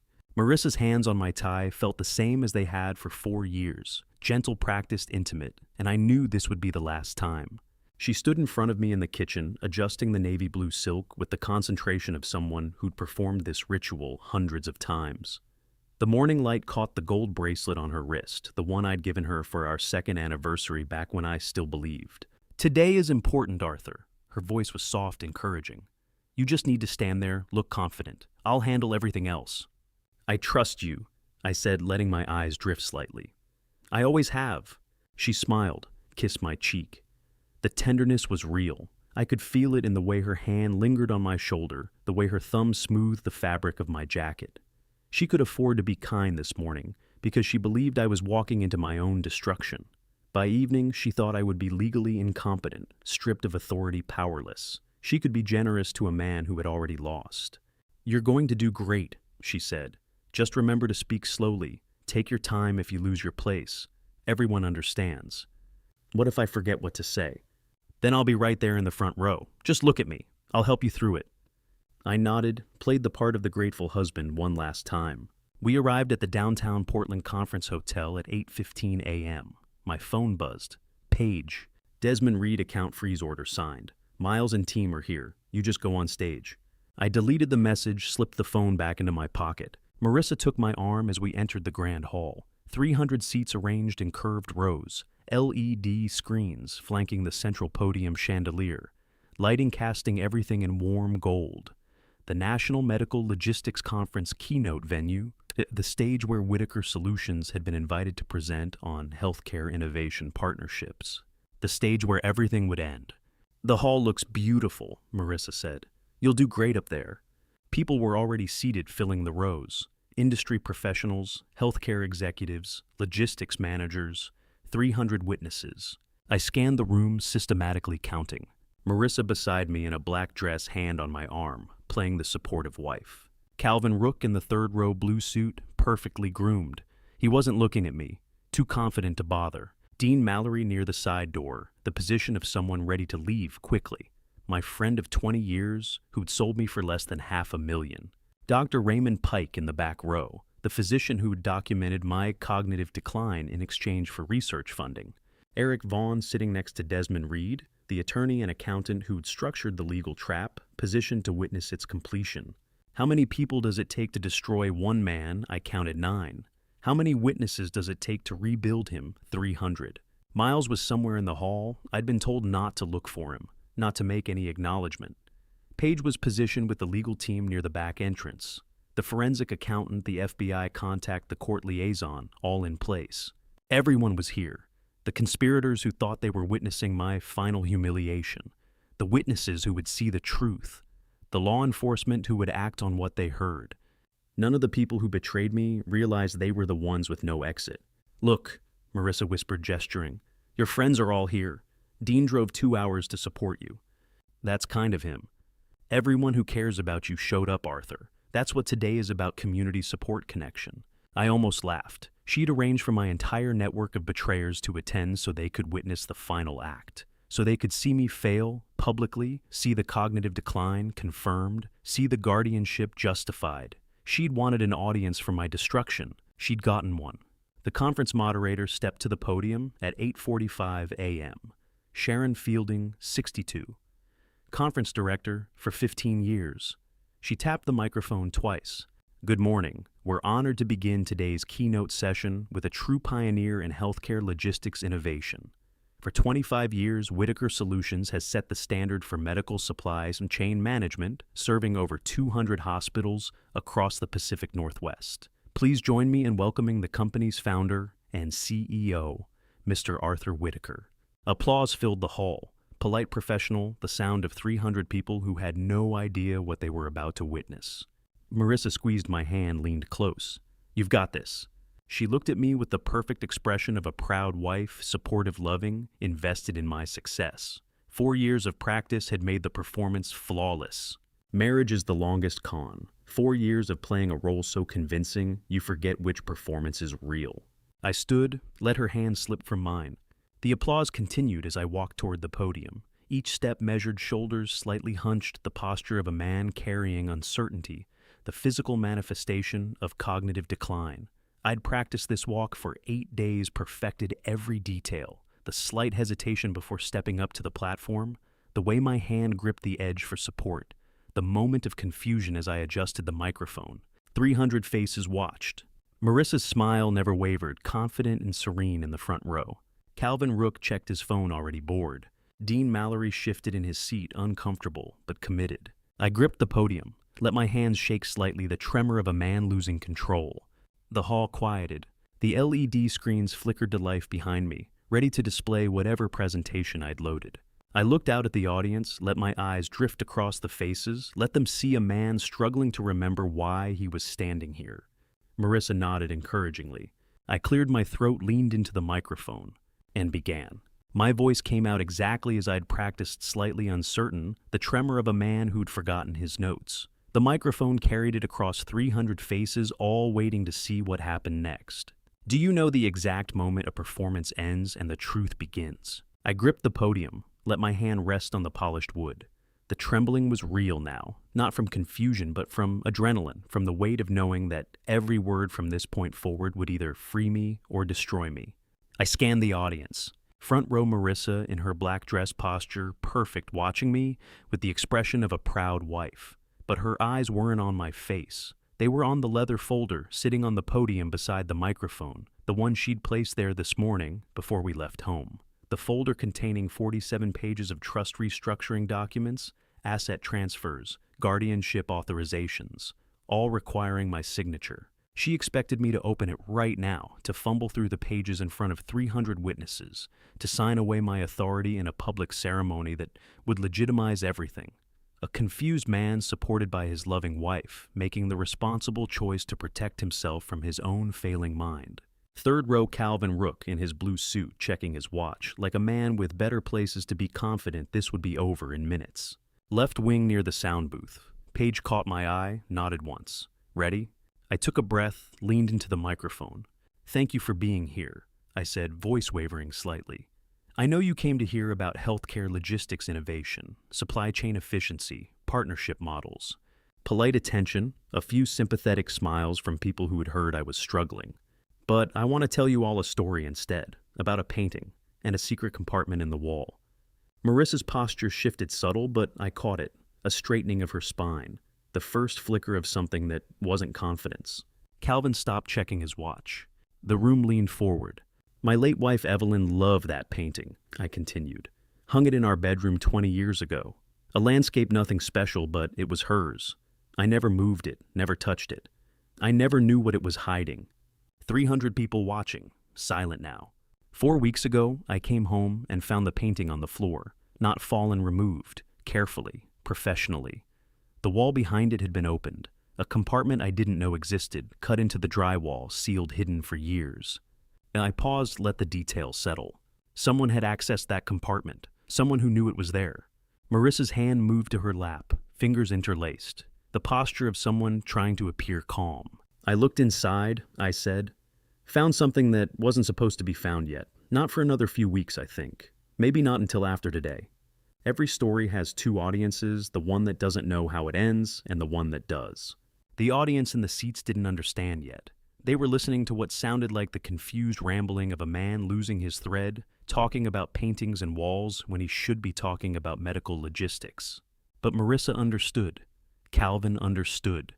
They knew exactly what I was describing, and they knew I wasn't supposed to have found it 4 days early.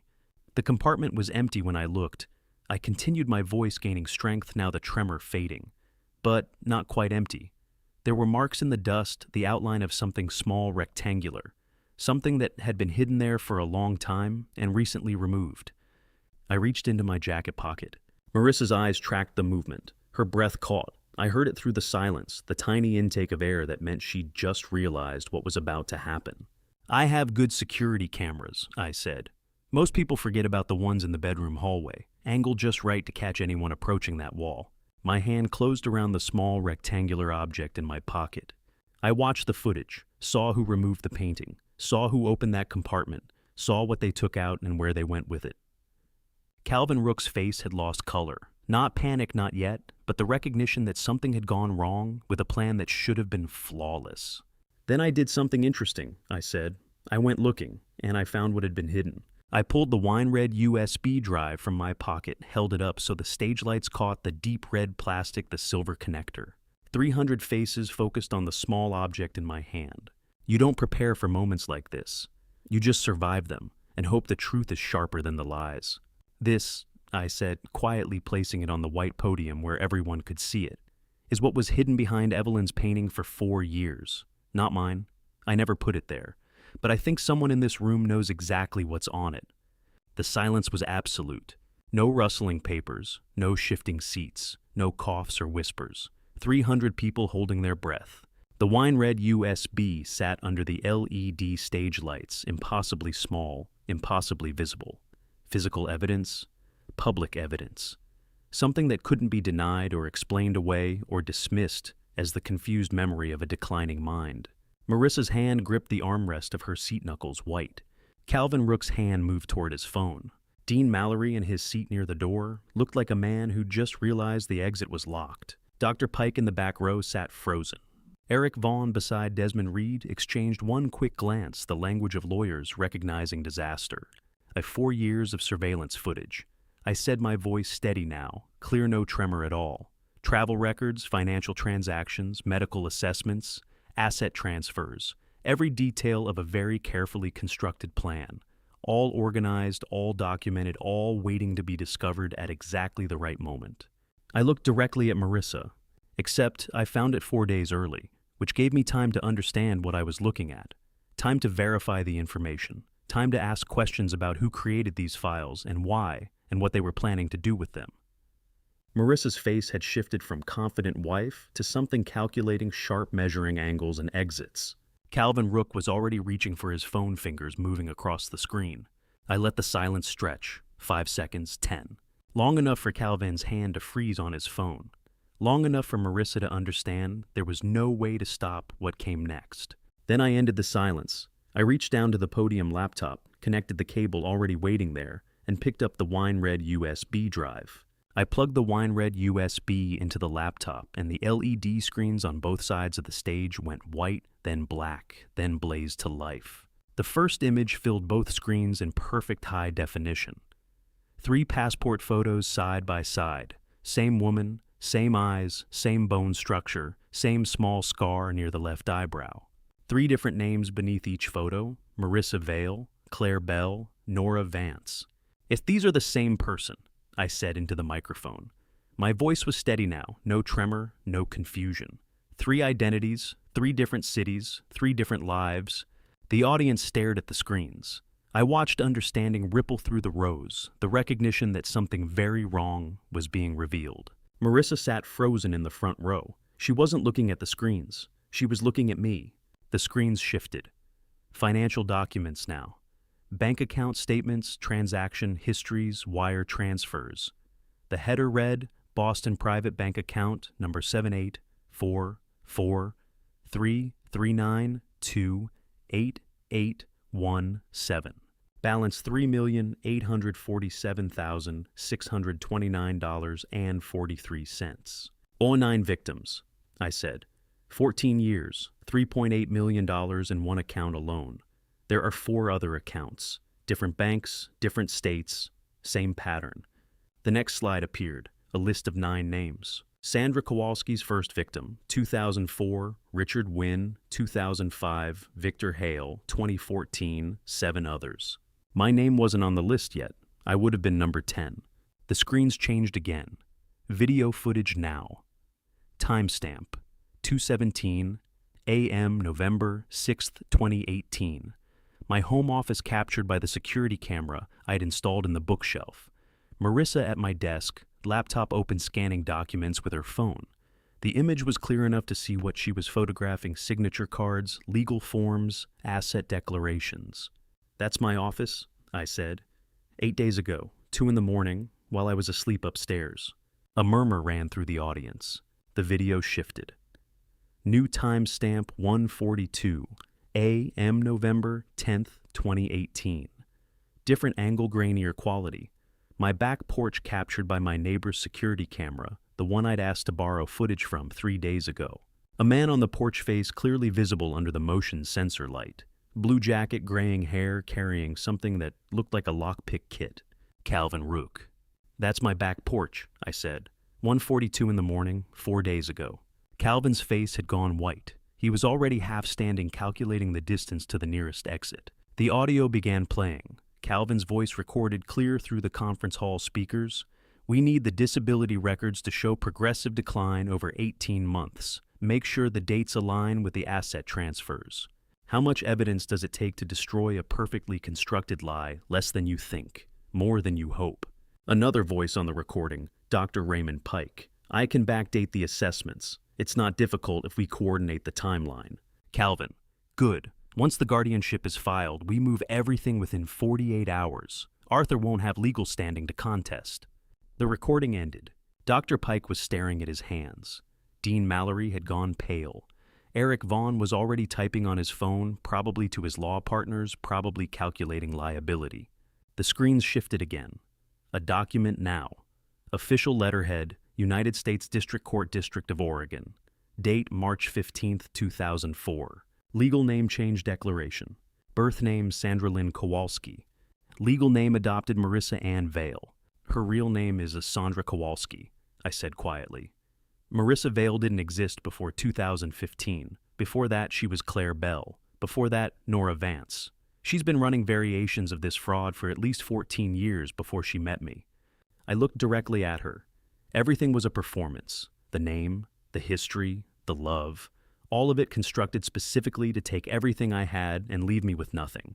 Marissa's hands were gripping the armrests of her seat. No calculation in her expression now.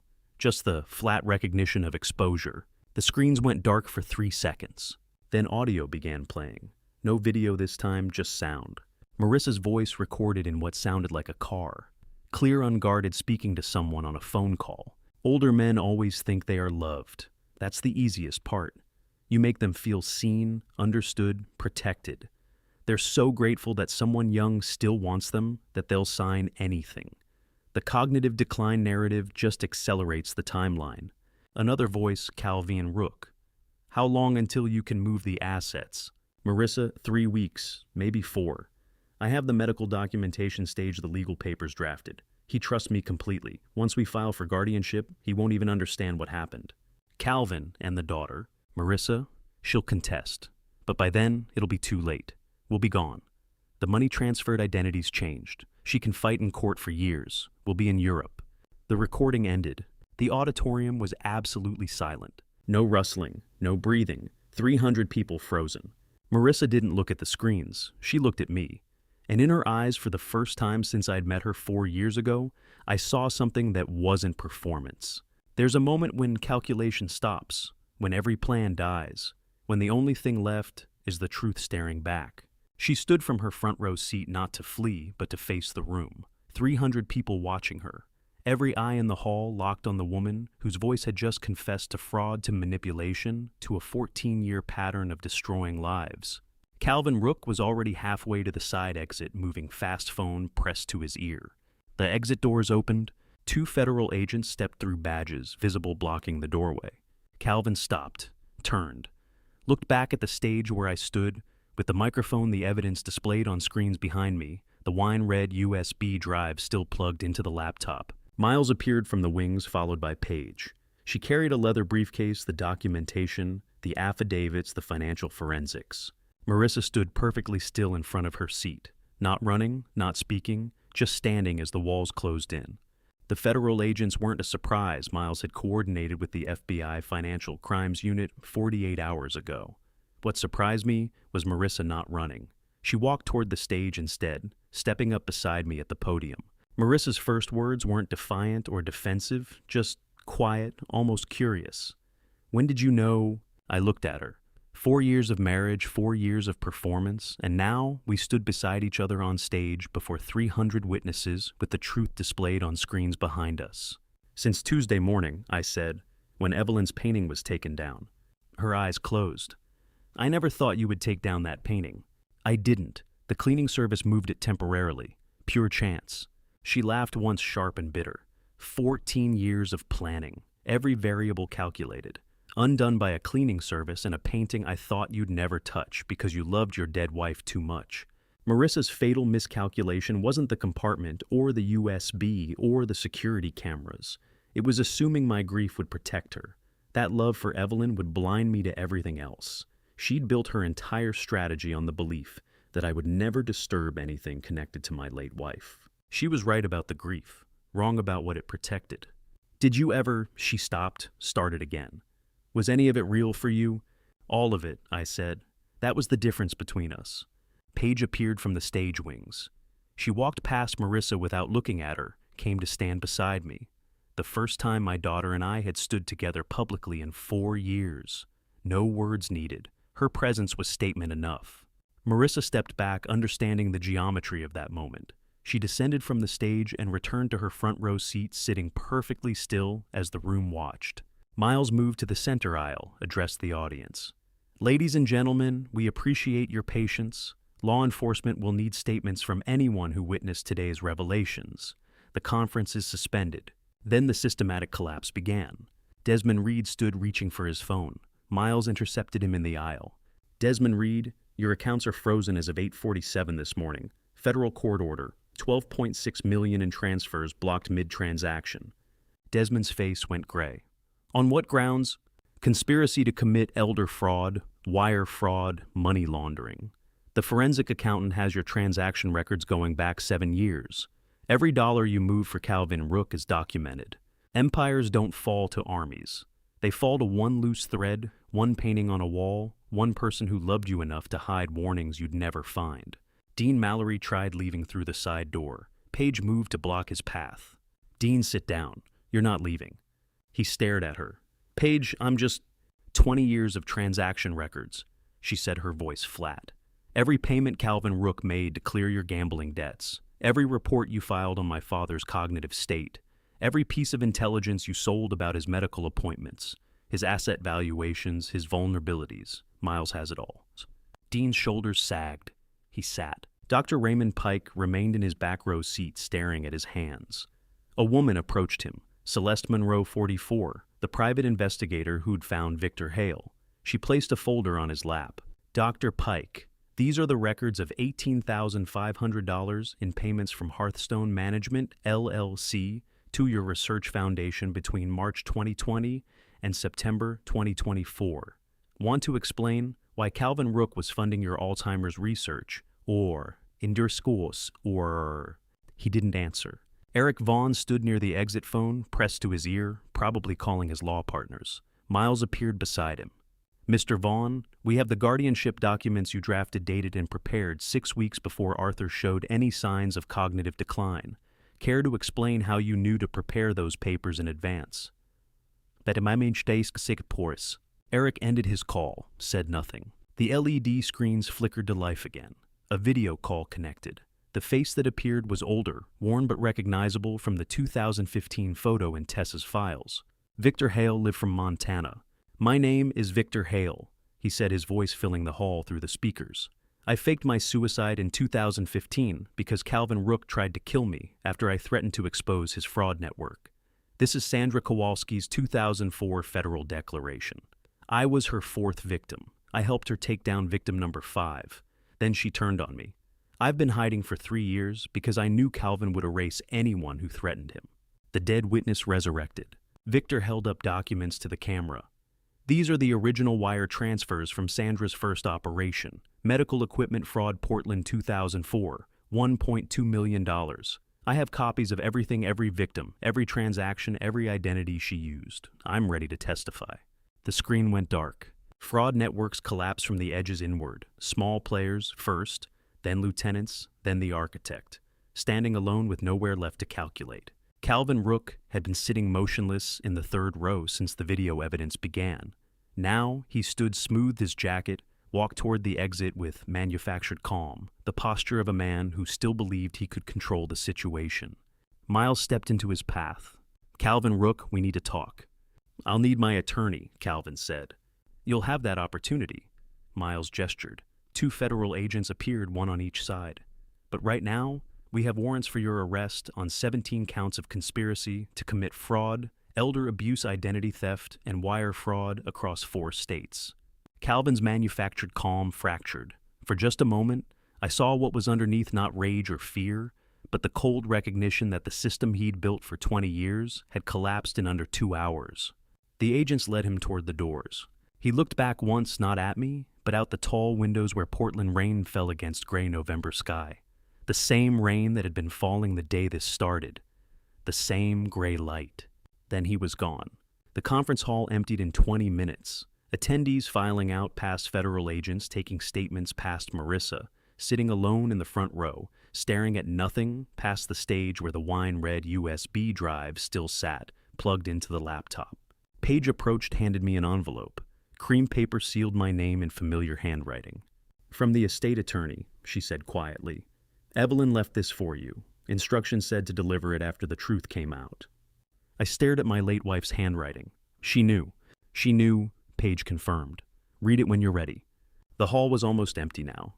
Just Miles coordinating with federal agents, Paige gathering documentation, Marissa motionless in her seat, and me holding a letter from a dead woman who'd seen the truth before anyone else. I carried Evelyn's letter unopened for 2 weeks. The cream envelope stayed in my jacket pocket through police interviews, through legal consultations, through the slow process of understanding what justice actually looked like when the performance ended. 2 weeks after the conference, I sat in a law office listening to Miles recite the inventory of consequences, like a quartermaster counting supplies after battle. The rain still fell outside the windows. Portland in late November, gray light, wet streets, the kind of weather that felt permanent. Miles had folders arranged on the conference table. Paige sat beside me taking notes. The same team that had built the case now documented its resolution. Calvin Rook. Miles began reading from the first folder. Held pending federal investigation. 9 counts of conspiracy to commit fraud, elder abuse, wire fraud, identity theft. Grand jury convenes in January.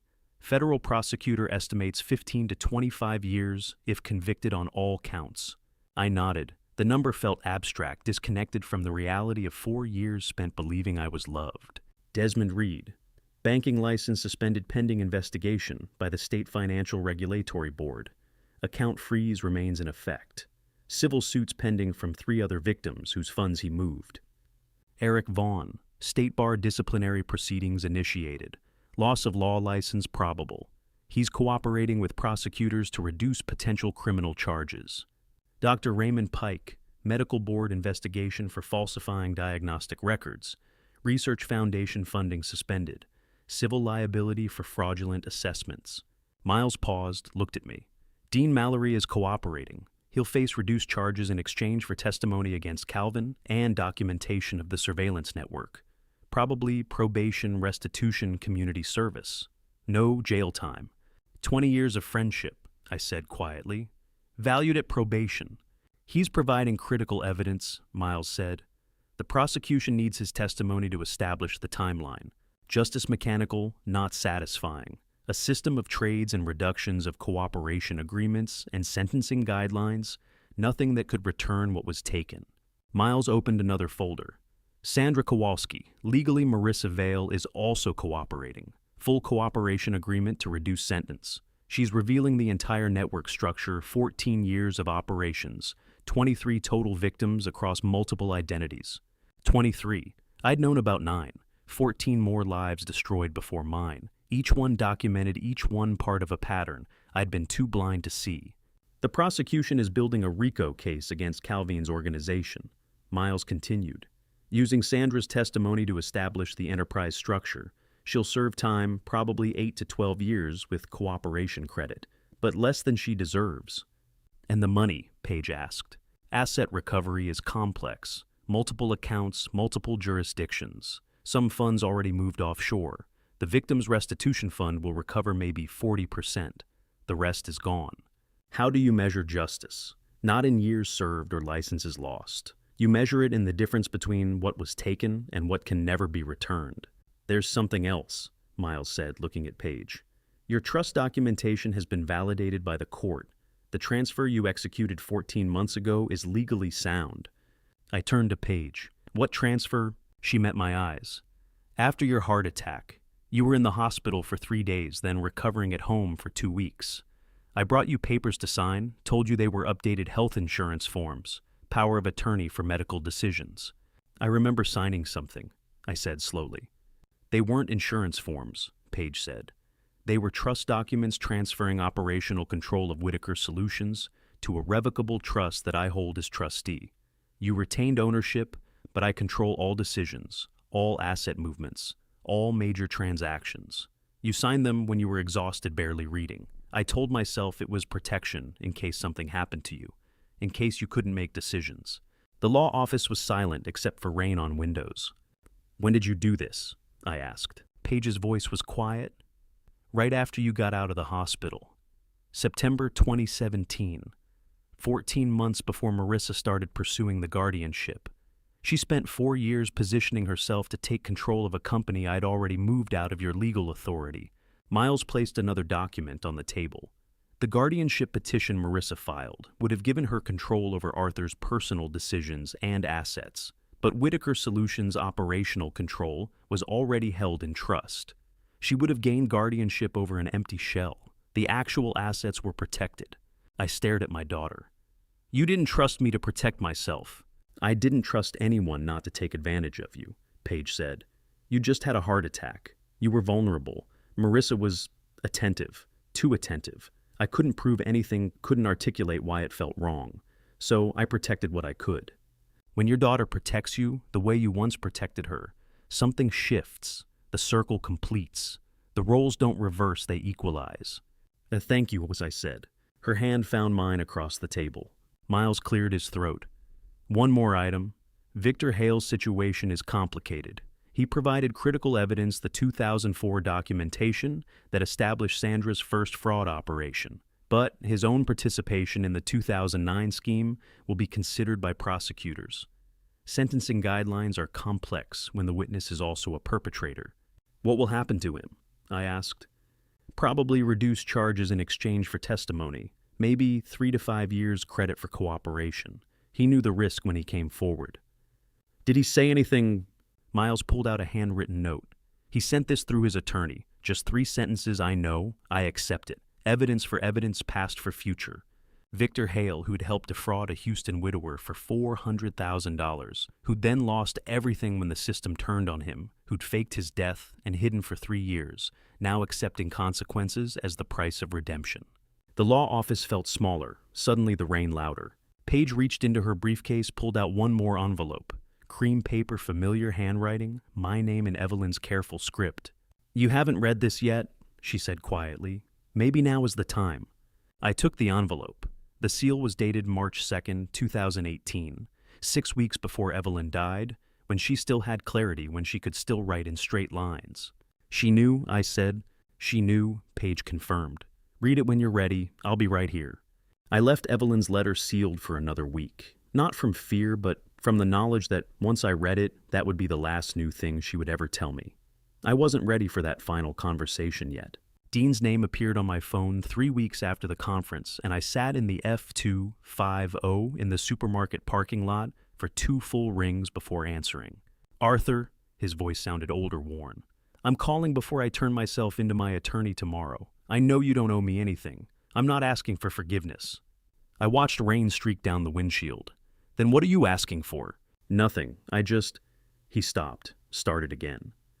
I know nothing I say will change anything, but I want you to know that in those 20 years, the friendship was real. The final decision was not. The parking lot was half empty. A woman pushed a shopping cart through the rain, head down, moving quickly. Normal people doing normal things, while my world recalibrated around the idea that betrayal and genuine friendship could exist in the same relationship. You're saying that 20 years were real and the 4 years selling me to Calvin were separate, I said. Yes. Both true at the same time. Yes. Dean's breath came heavy through the phone. I was your friend. I am your betrayer. I don't know how to reconcile those things, Arthur. I just know they're both true. I closed my eyes. I know Dean. That's why it hurts so much. He was quiet for a long moment. I'm sorry, for whatever that's worth. It's worth something, I said. Not enough, but something. The call ended. I sat in the truck rain, drumming on the roof, watching steam rise from the hood. The heater ran, fogging the windows. Outside, the world continued, people shopping cars, parking life, moving forward with relentless normalcy. 20 years of fishing trips and late-night calls and standing beside each other at weddings and funerals. 20 years of friendship that was real. 4 years of systematic betrayal that was also real. Dean was right. I didn't know how to reconcile those things either. Where does friendship end and betrayal begin? Not at a single point. It's a gradient, years of gray before the final decision turns everything black. The rain intensified. I started the truck, drove home through streets that looked the same as they had before any of this started. Portland in December, wet, gray, familiar. A week later, I met Paige and Tessa at the same cafe where they'd first connected. Tessa looked different, lighter. Somehow the weight of coercion lifted. Her brother had been released, charges dropped in exchange for her cooperation. She was preparing to leave Portland, start over somewhere without the shadow of Calvin's network. I wanted to thank you both, Tessa said, for believing me, for using the information I provided. Paige reached into her bag, pulled out a yellowed envelope, the one she'd kept for 10 years, the one with Tessa's handwriting from 2008. This is your letter, isn't it? Paige asked, sliding it across the table. Tessa stared at the envelope, touched it with one finger. I was 23, scared. I'd just watched my father die thinking he'd been a fool, and I knew Marissa was about to do the same thing to someone else. I didn't know what else to do. You warned him, Paige said. That's more than most people would have done. I sent it anonymously to his office. I was too afraid to put my name on it. Tessa looked at me. Did you ever see it? No, I said quietly. Paige intercepted it. Tessa's eyes moved to Paige, questioning. Paige picked up the envelope, held it for a moment, then placed it in Tessa's hand. I was 17, angry at my father for moving on from my mother's death, angry at the world. I opened it, thinking it was just some jealous ex trying to sabotage his happiness. When I read it, I convinced myself it was lies. She paused, looked at the letter, but I kept it for 10 years, through college, through our estrangement, through everything. I told myself I kept it because someday I might need proof, but really, her voice caught. It gave me something to hold on to when I thought my father no longer needed me. Your letter connected us even when we weren't speaking. Tessa folded her fingers around the envelope. Thank you for keeping it, for using it when it mattered. Thank you for writing it, Paige said. We sat together for another hour, 3 people connected by fraud and loss and the strange mathematics of guilt and redemption. Then Tessa left the letter in her pocket, heading toward whatever came next. Paige walked me to the F-250. December. Twilight, early, dark streetlights reflecting on wet pavement. I'm going back to Seattle next week, she said. I nodded. I figured. But this time, you have my phone number, and you'll use it. Not a question, a statement. I will, I said. Every week, even if it's just to tell me about the weather or what you had for dinner. Stay connected. Some goodbyes aren't endings. They're adjustments, finding the right distance where love survives without suffocation. Every week, I agreed. She hugged me there on the sidewalk, holding on longer than usual. When she pulled back, her eyes were wet. You're going to be okay, she said. So are you. She smiled. Yeah, I think so. I drove home through familiar streets, parked in the driveway, walked into a house that felt different now. Emptier in some ways, fuller in others. Paige's trust documents sat on my desk, Miles's legal summary, the conference documentation, evidence of a life deconstructed and rebuilt. And on the table beside Evelyn's chair, the one she'd sat in every evening for 20 years, the cream envelope with her handwriting. The house was quiet. No performance, no surveillance, no careful lies. Just me and the silence and the last words my wife had left behind. I picked up the envelope, felt the weight of paper and ink and love. That night alone in the house, for the first time since the conference, I finally opened Evelyn's letter. The date was clear in her careful handwriting, March 2nd, 2018, 6 weeks before she died, when she still had enough clarity to know what she was writing. I sat in her chair, unfolded the pages, and began to read. Evelyn's letter said what I needed to hear, that she'd known something was wrong, that she'd left clues hoping I'd find them when I was ready, that she trusted me to save myself. 6 weeks later, I finally understood what she meant. I made coffee that Sunday morning, not herbal tea, the first deliberate choice I'd made in 6 weeks. That felt like mine alone. The house was quiet. December light filtered through the kitchen window, pale and clean. Outside, Owen was mowing the lawn for the last time that year, pushing the old Toro in straight lines across brown grass that wouldn't grow again until spring. Owen had been doing my yard work for 8 years. I didn't know his last name. He didn't know mine. We'd never had a conversation longer than weather and payment, but he showed up every other Sunday without fail, did the work, left the yard better than he found it. I knocked on the kitchen window.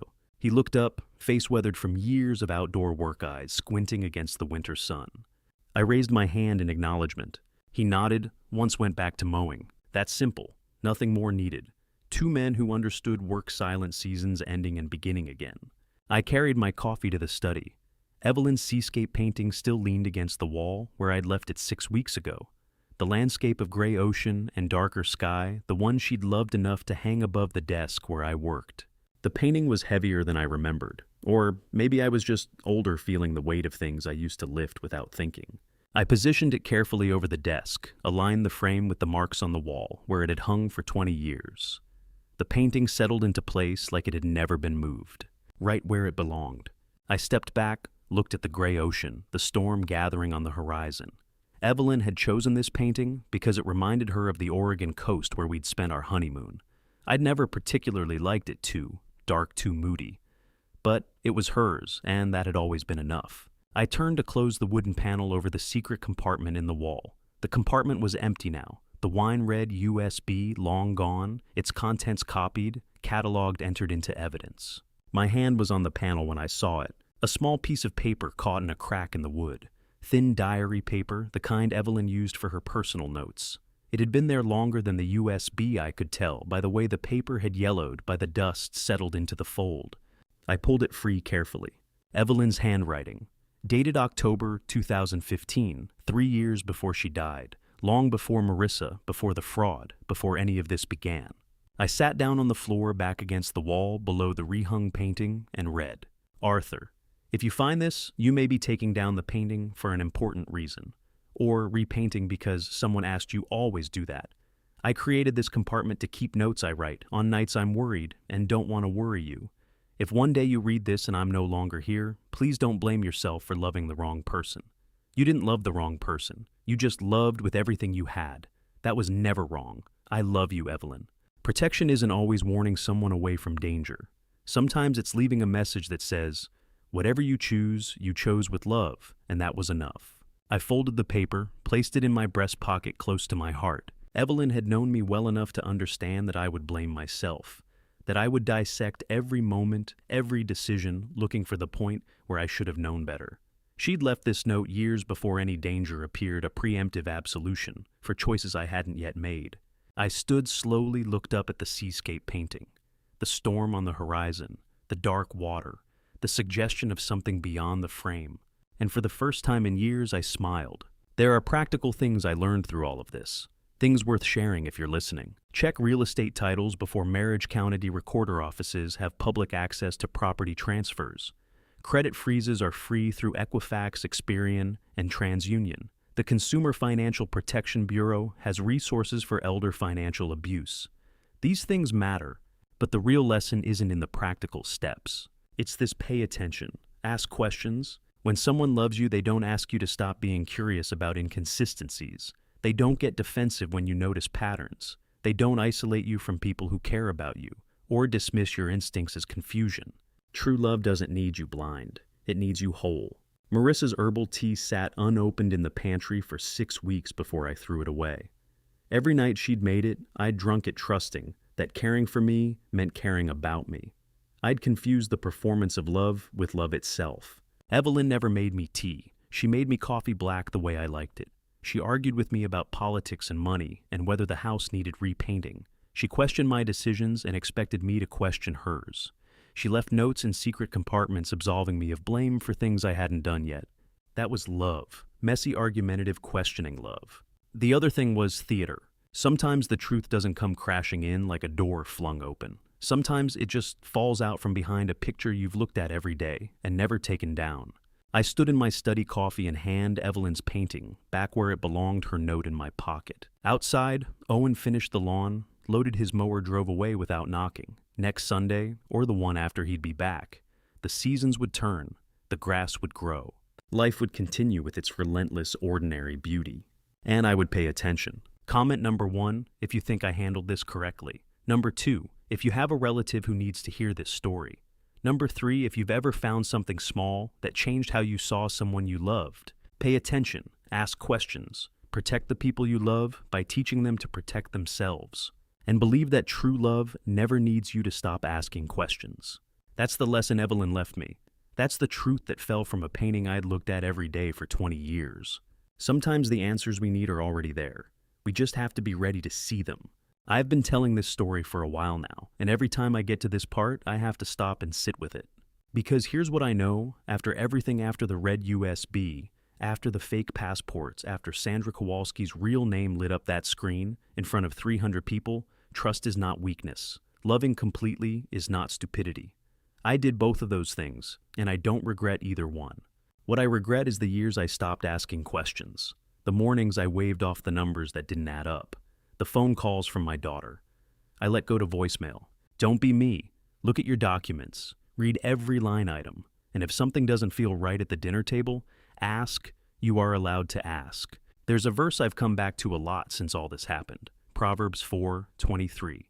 Above all else, guard your heart, for everything you do flows from it. I didn't guard mine well enough, but I got a second chance. Not everyone does. My personal opinion.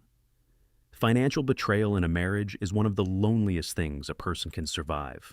Not because of the money, because of the silence it leaves behind in a house you thought you knew.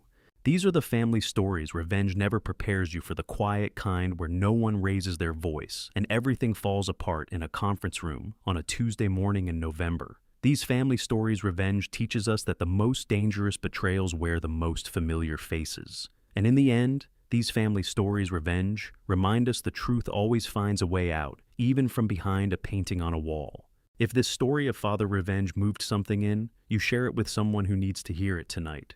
If you know a father revenge situation happening right now in someone's home, gently step in.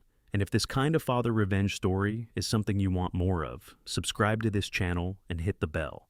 Every week I bring you real human stories about trust, family, and the price of silence.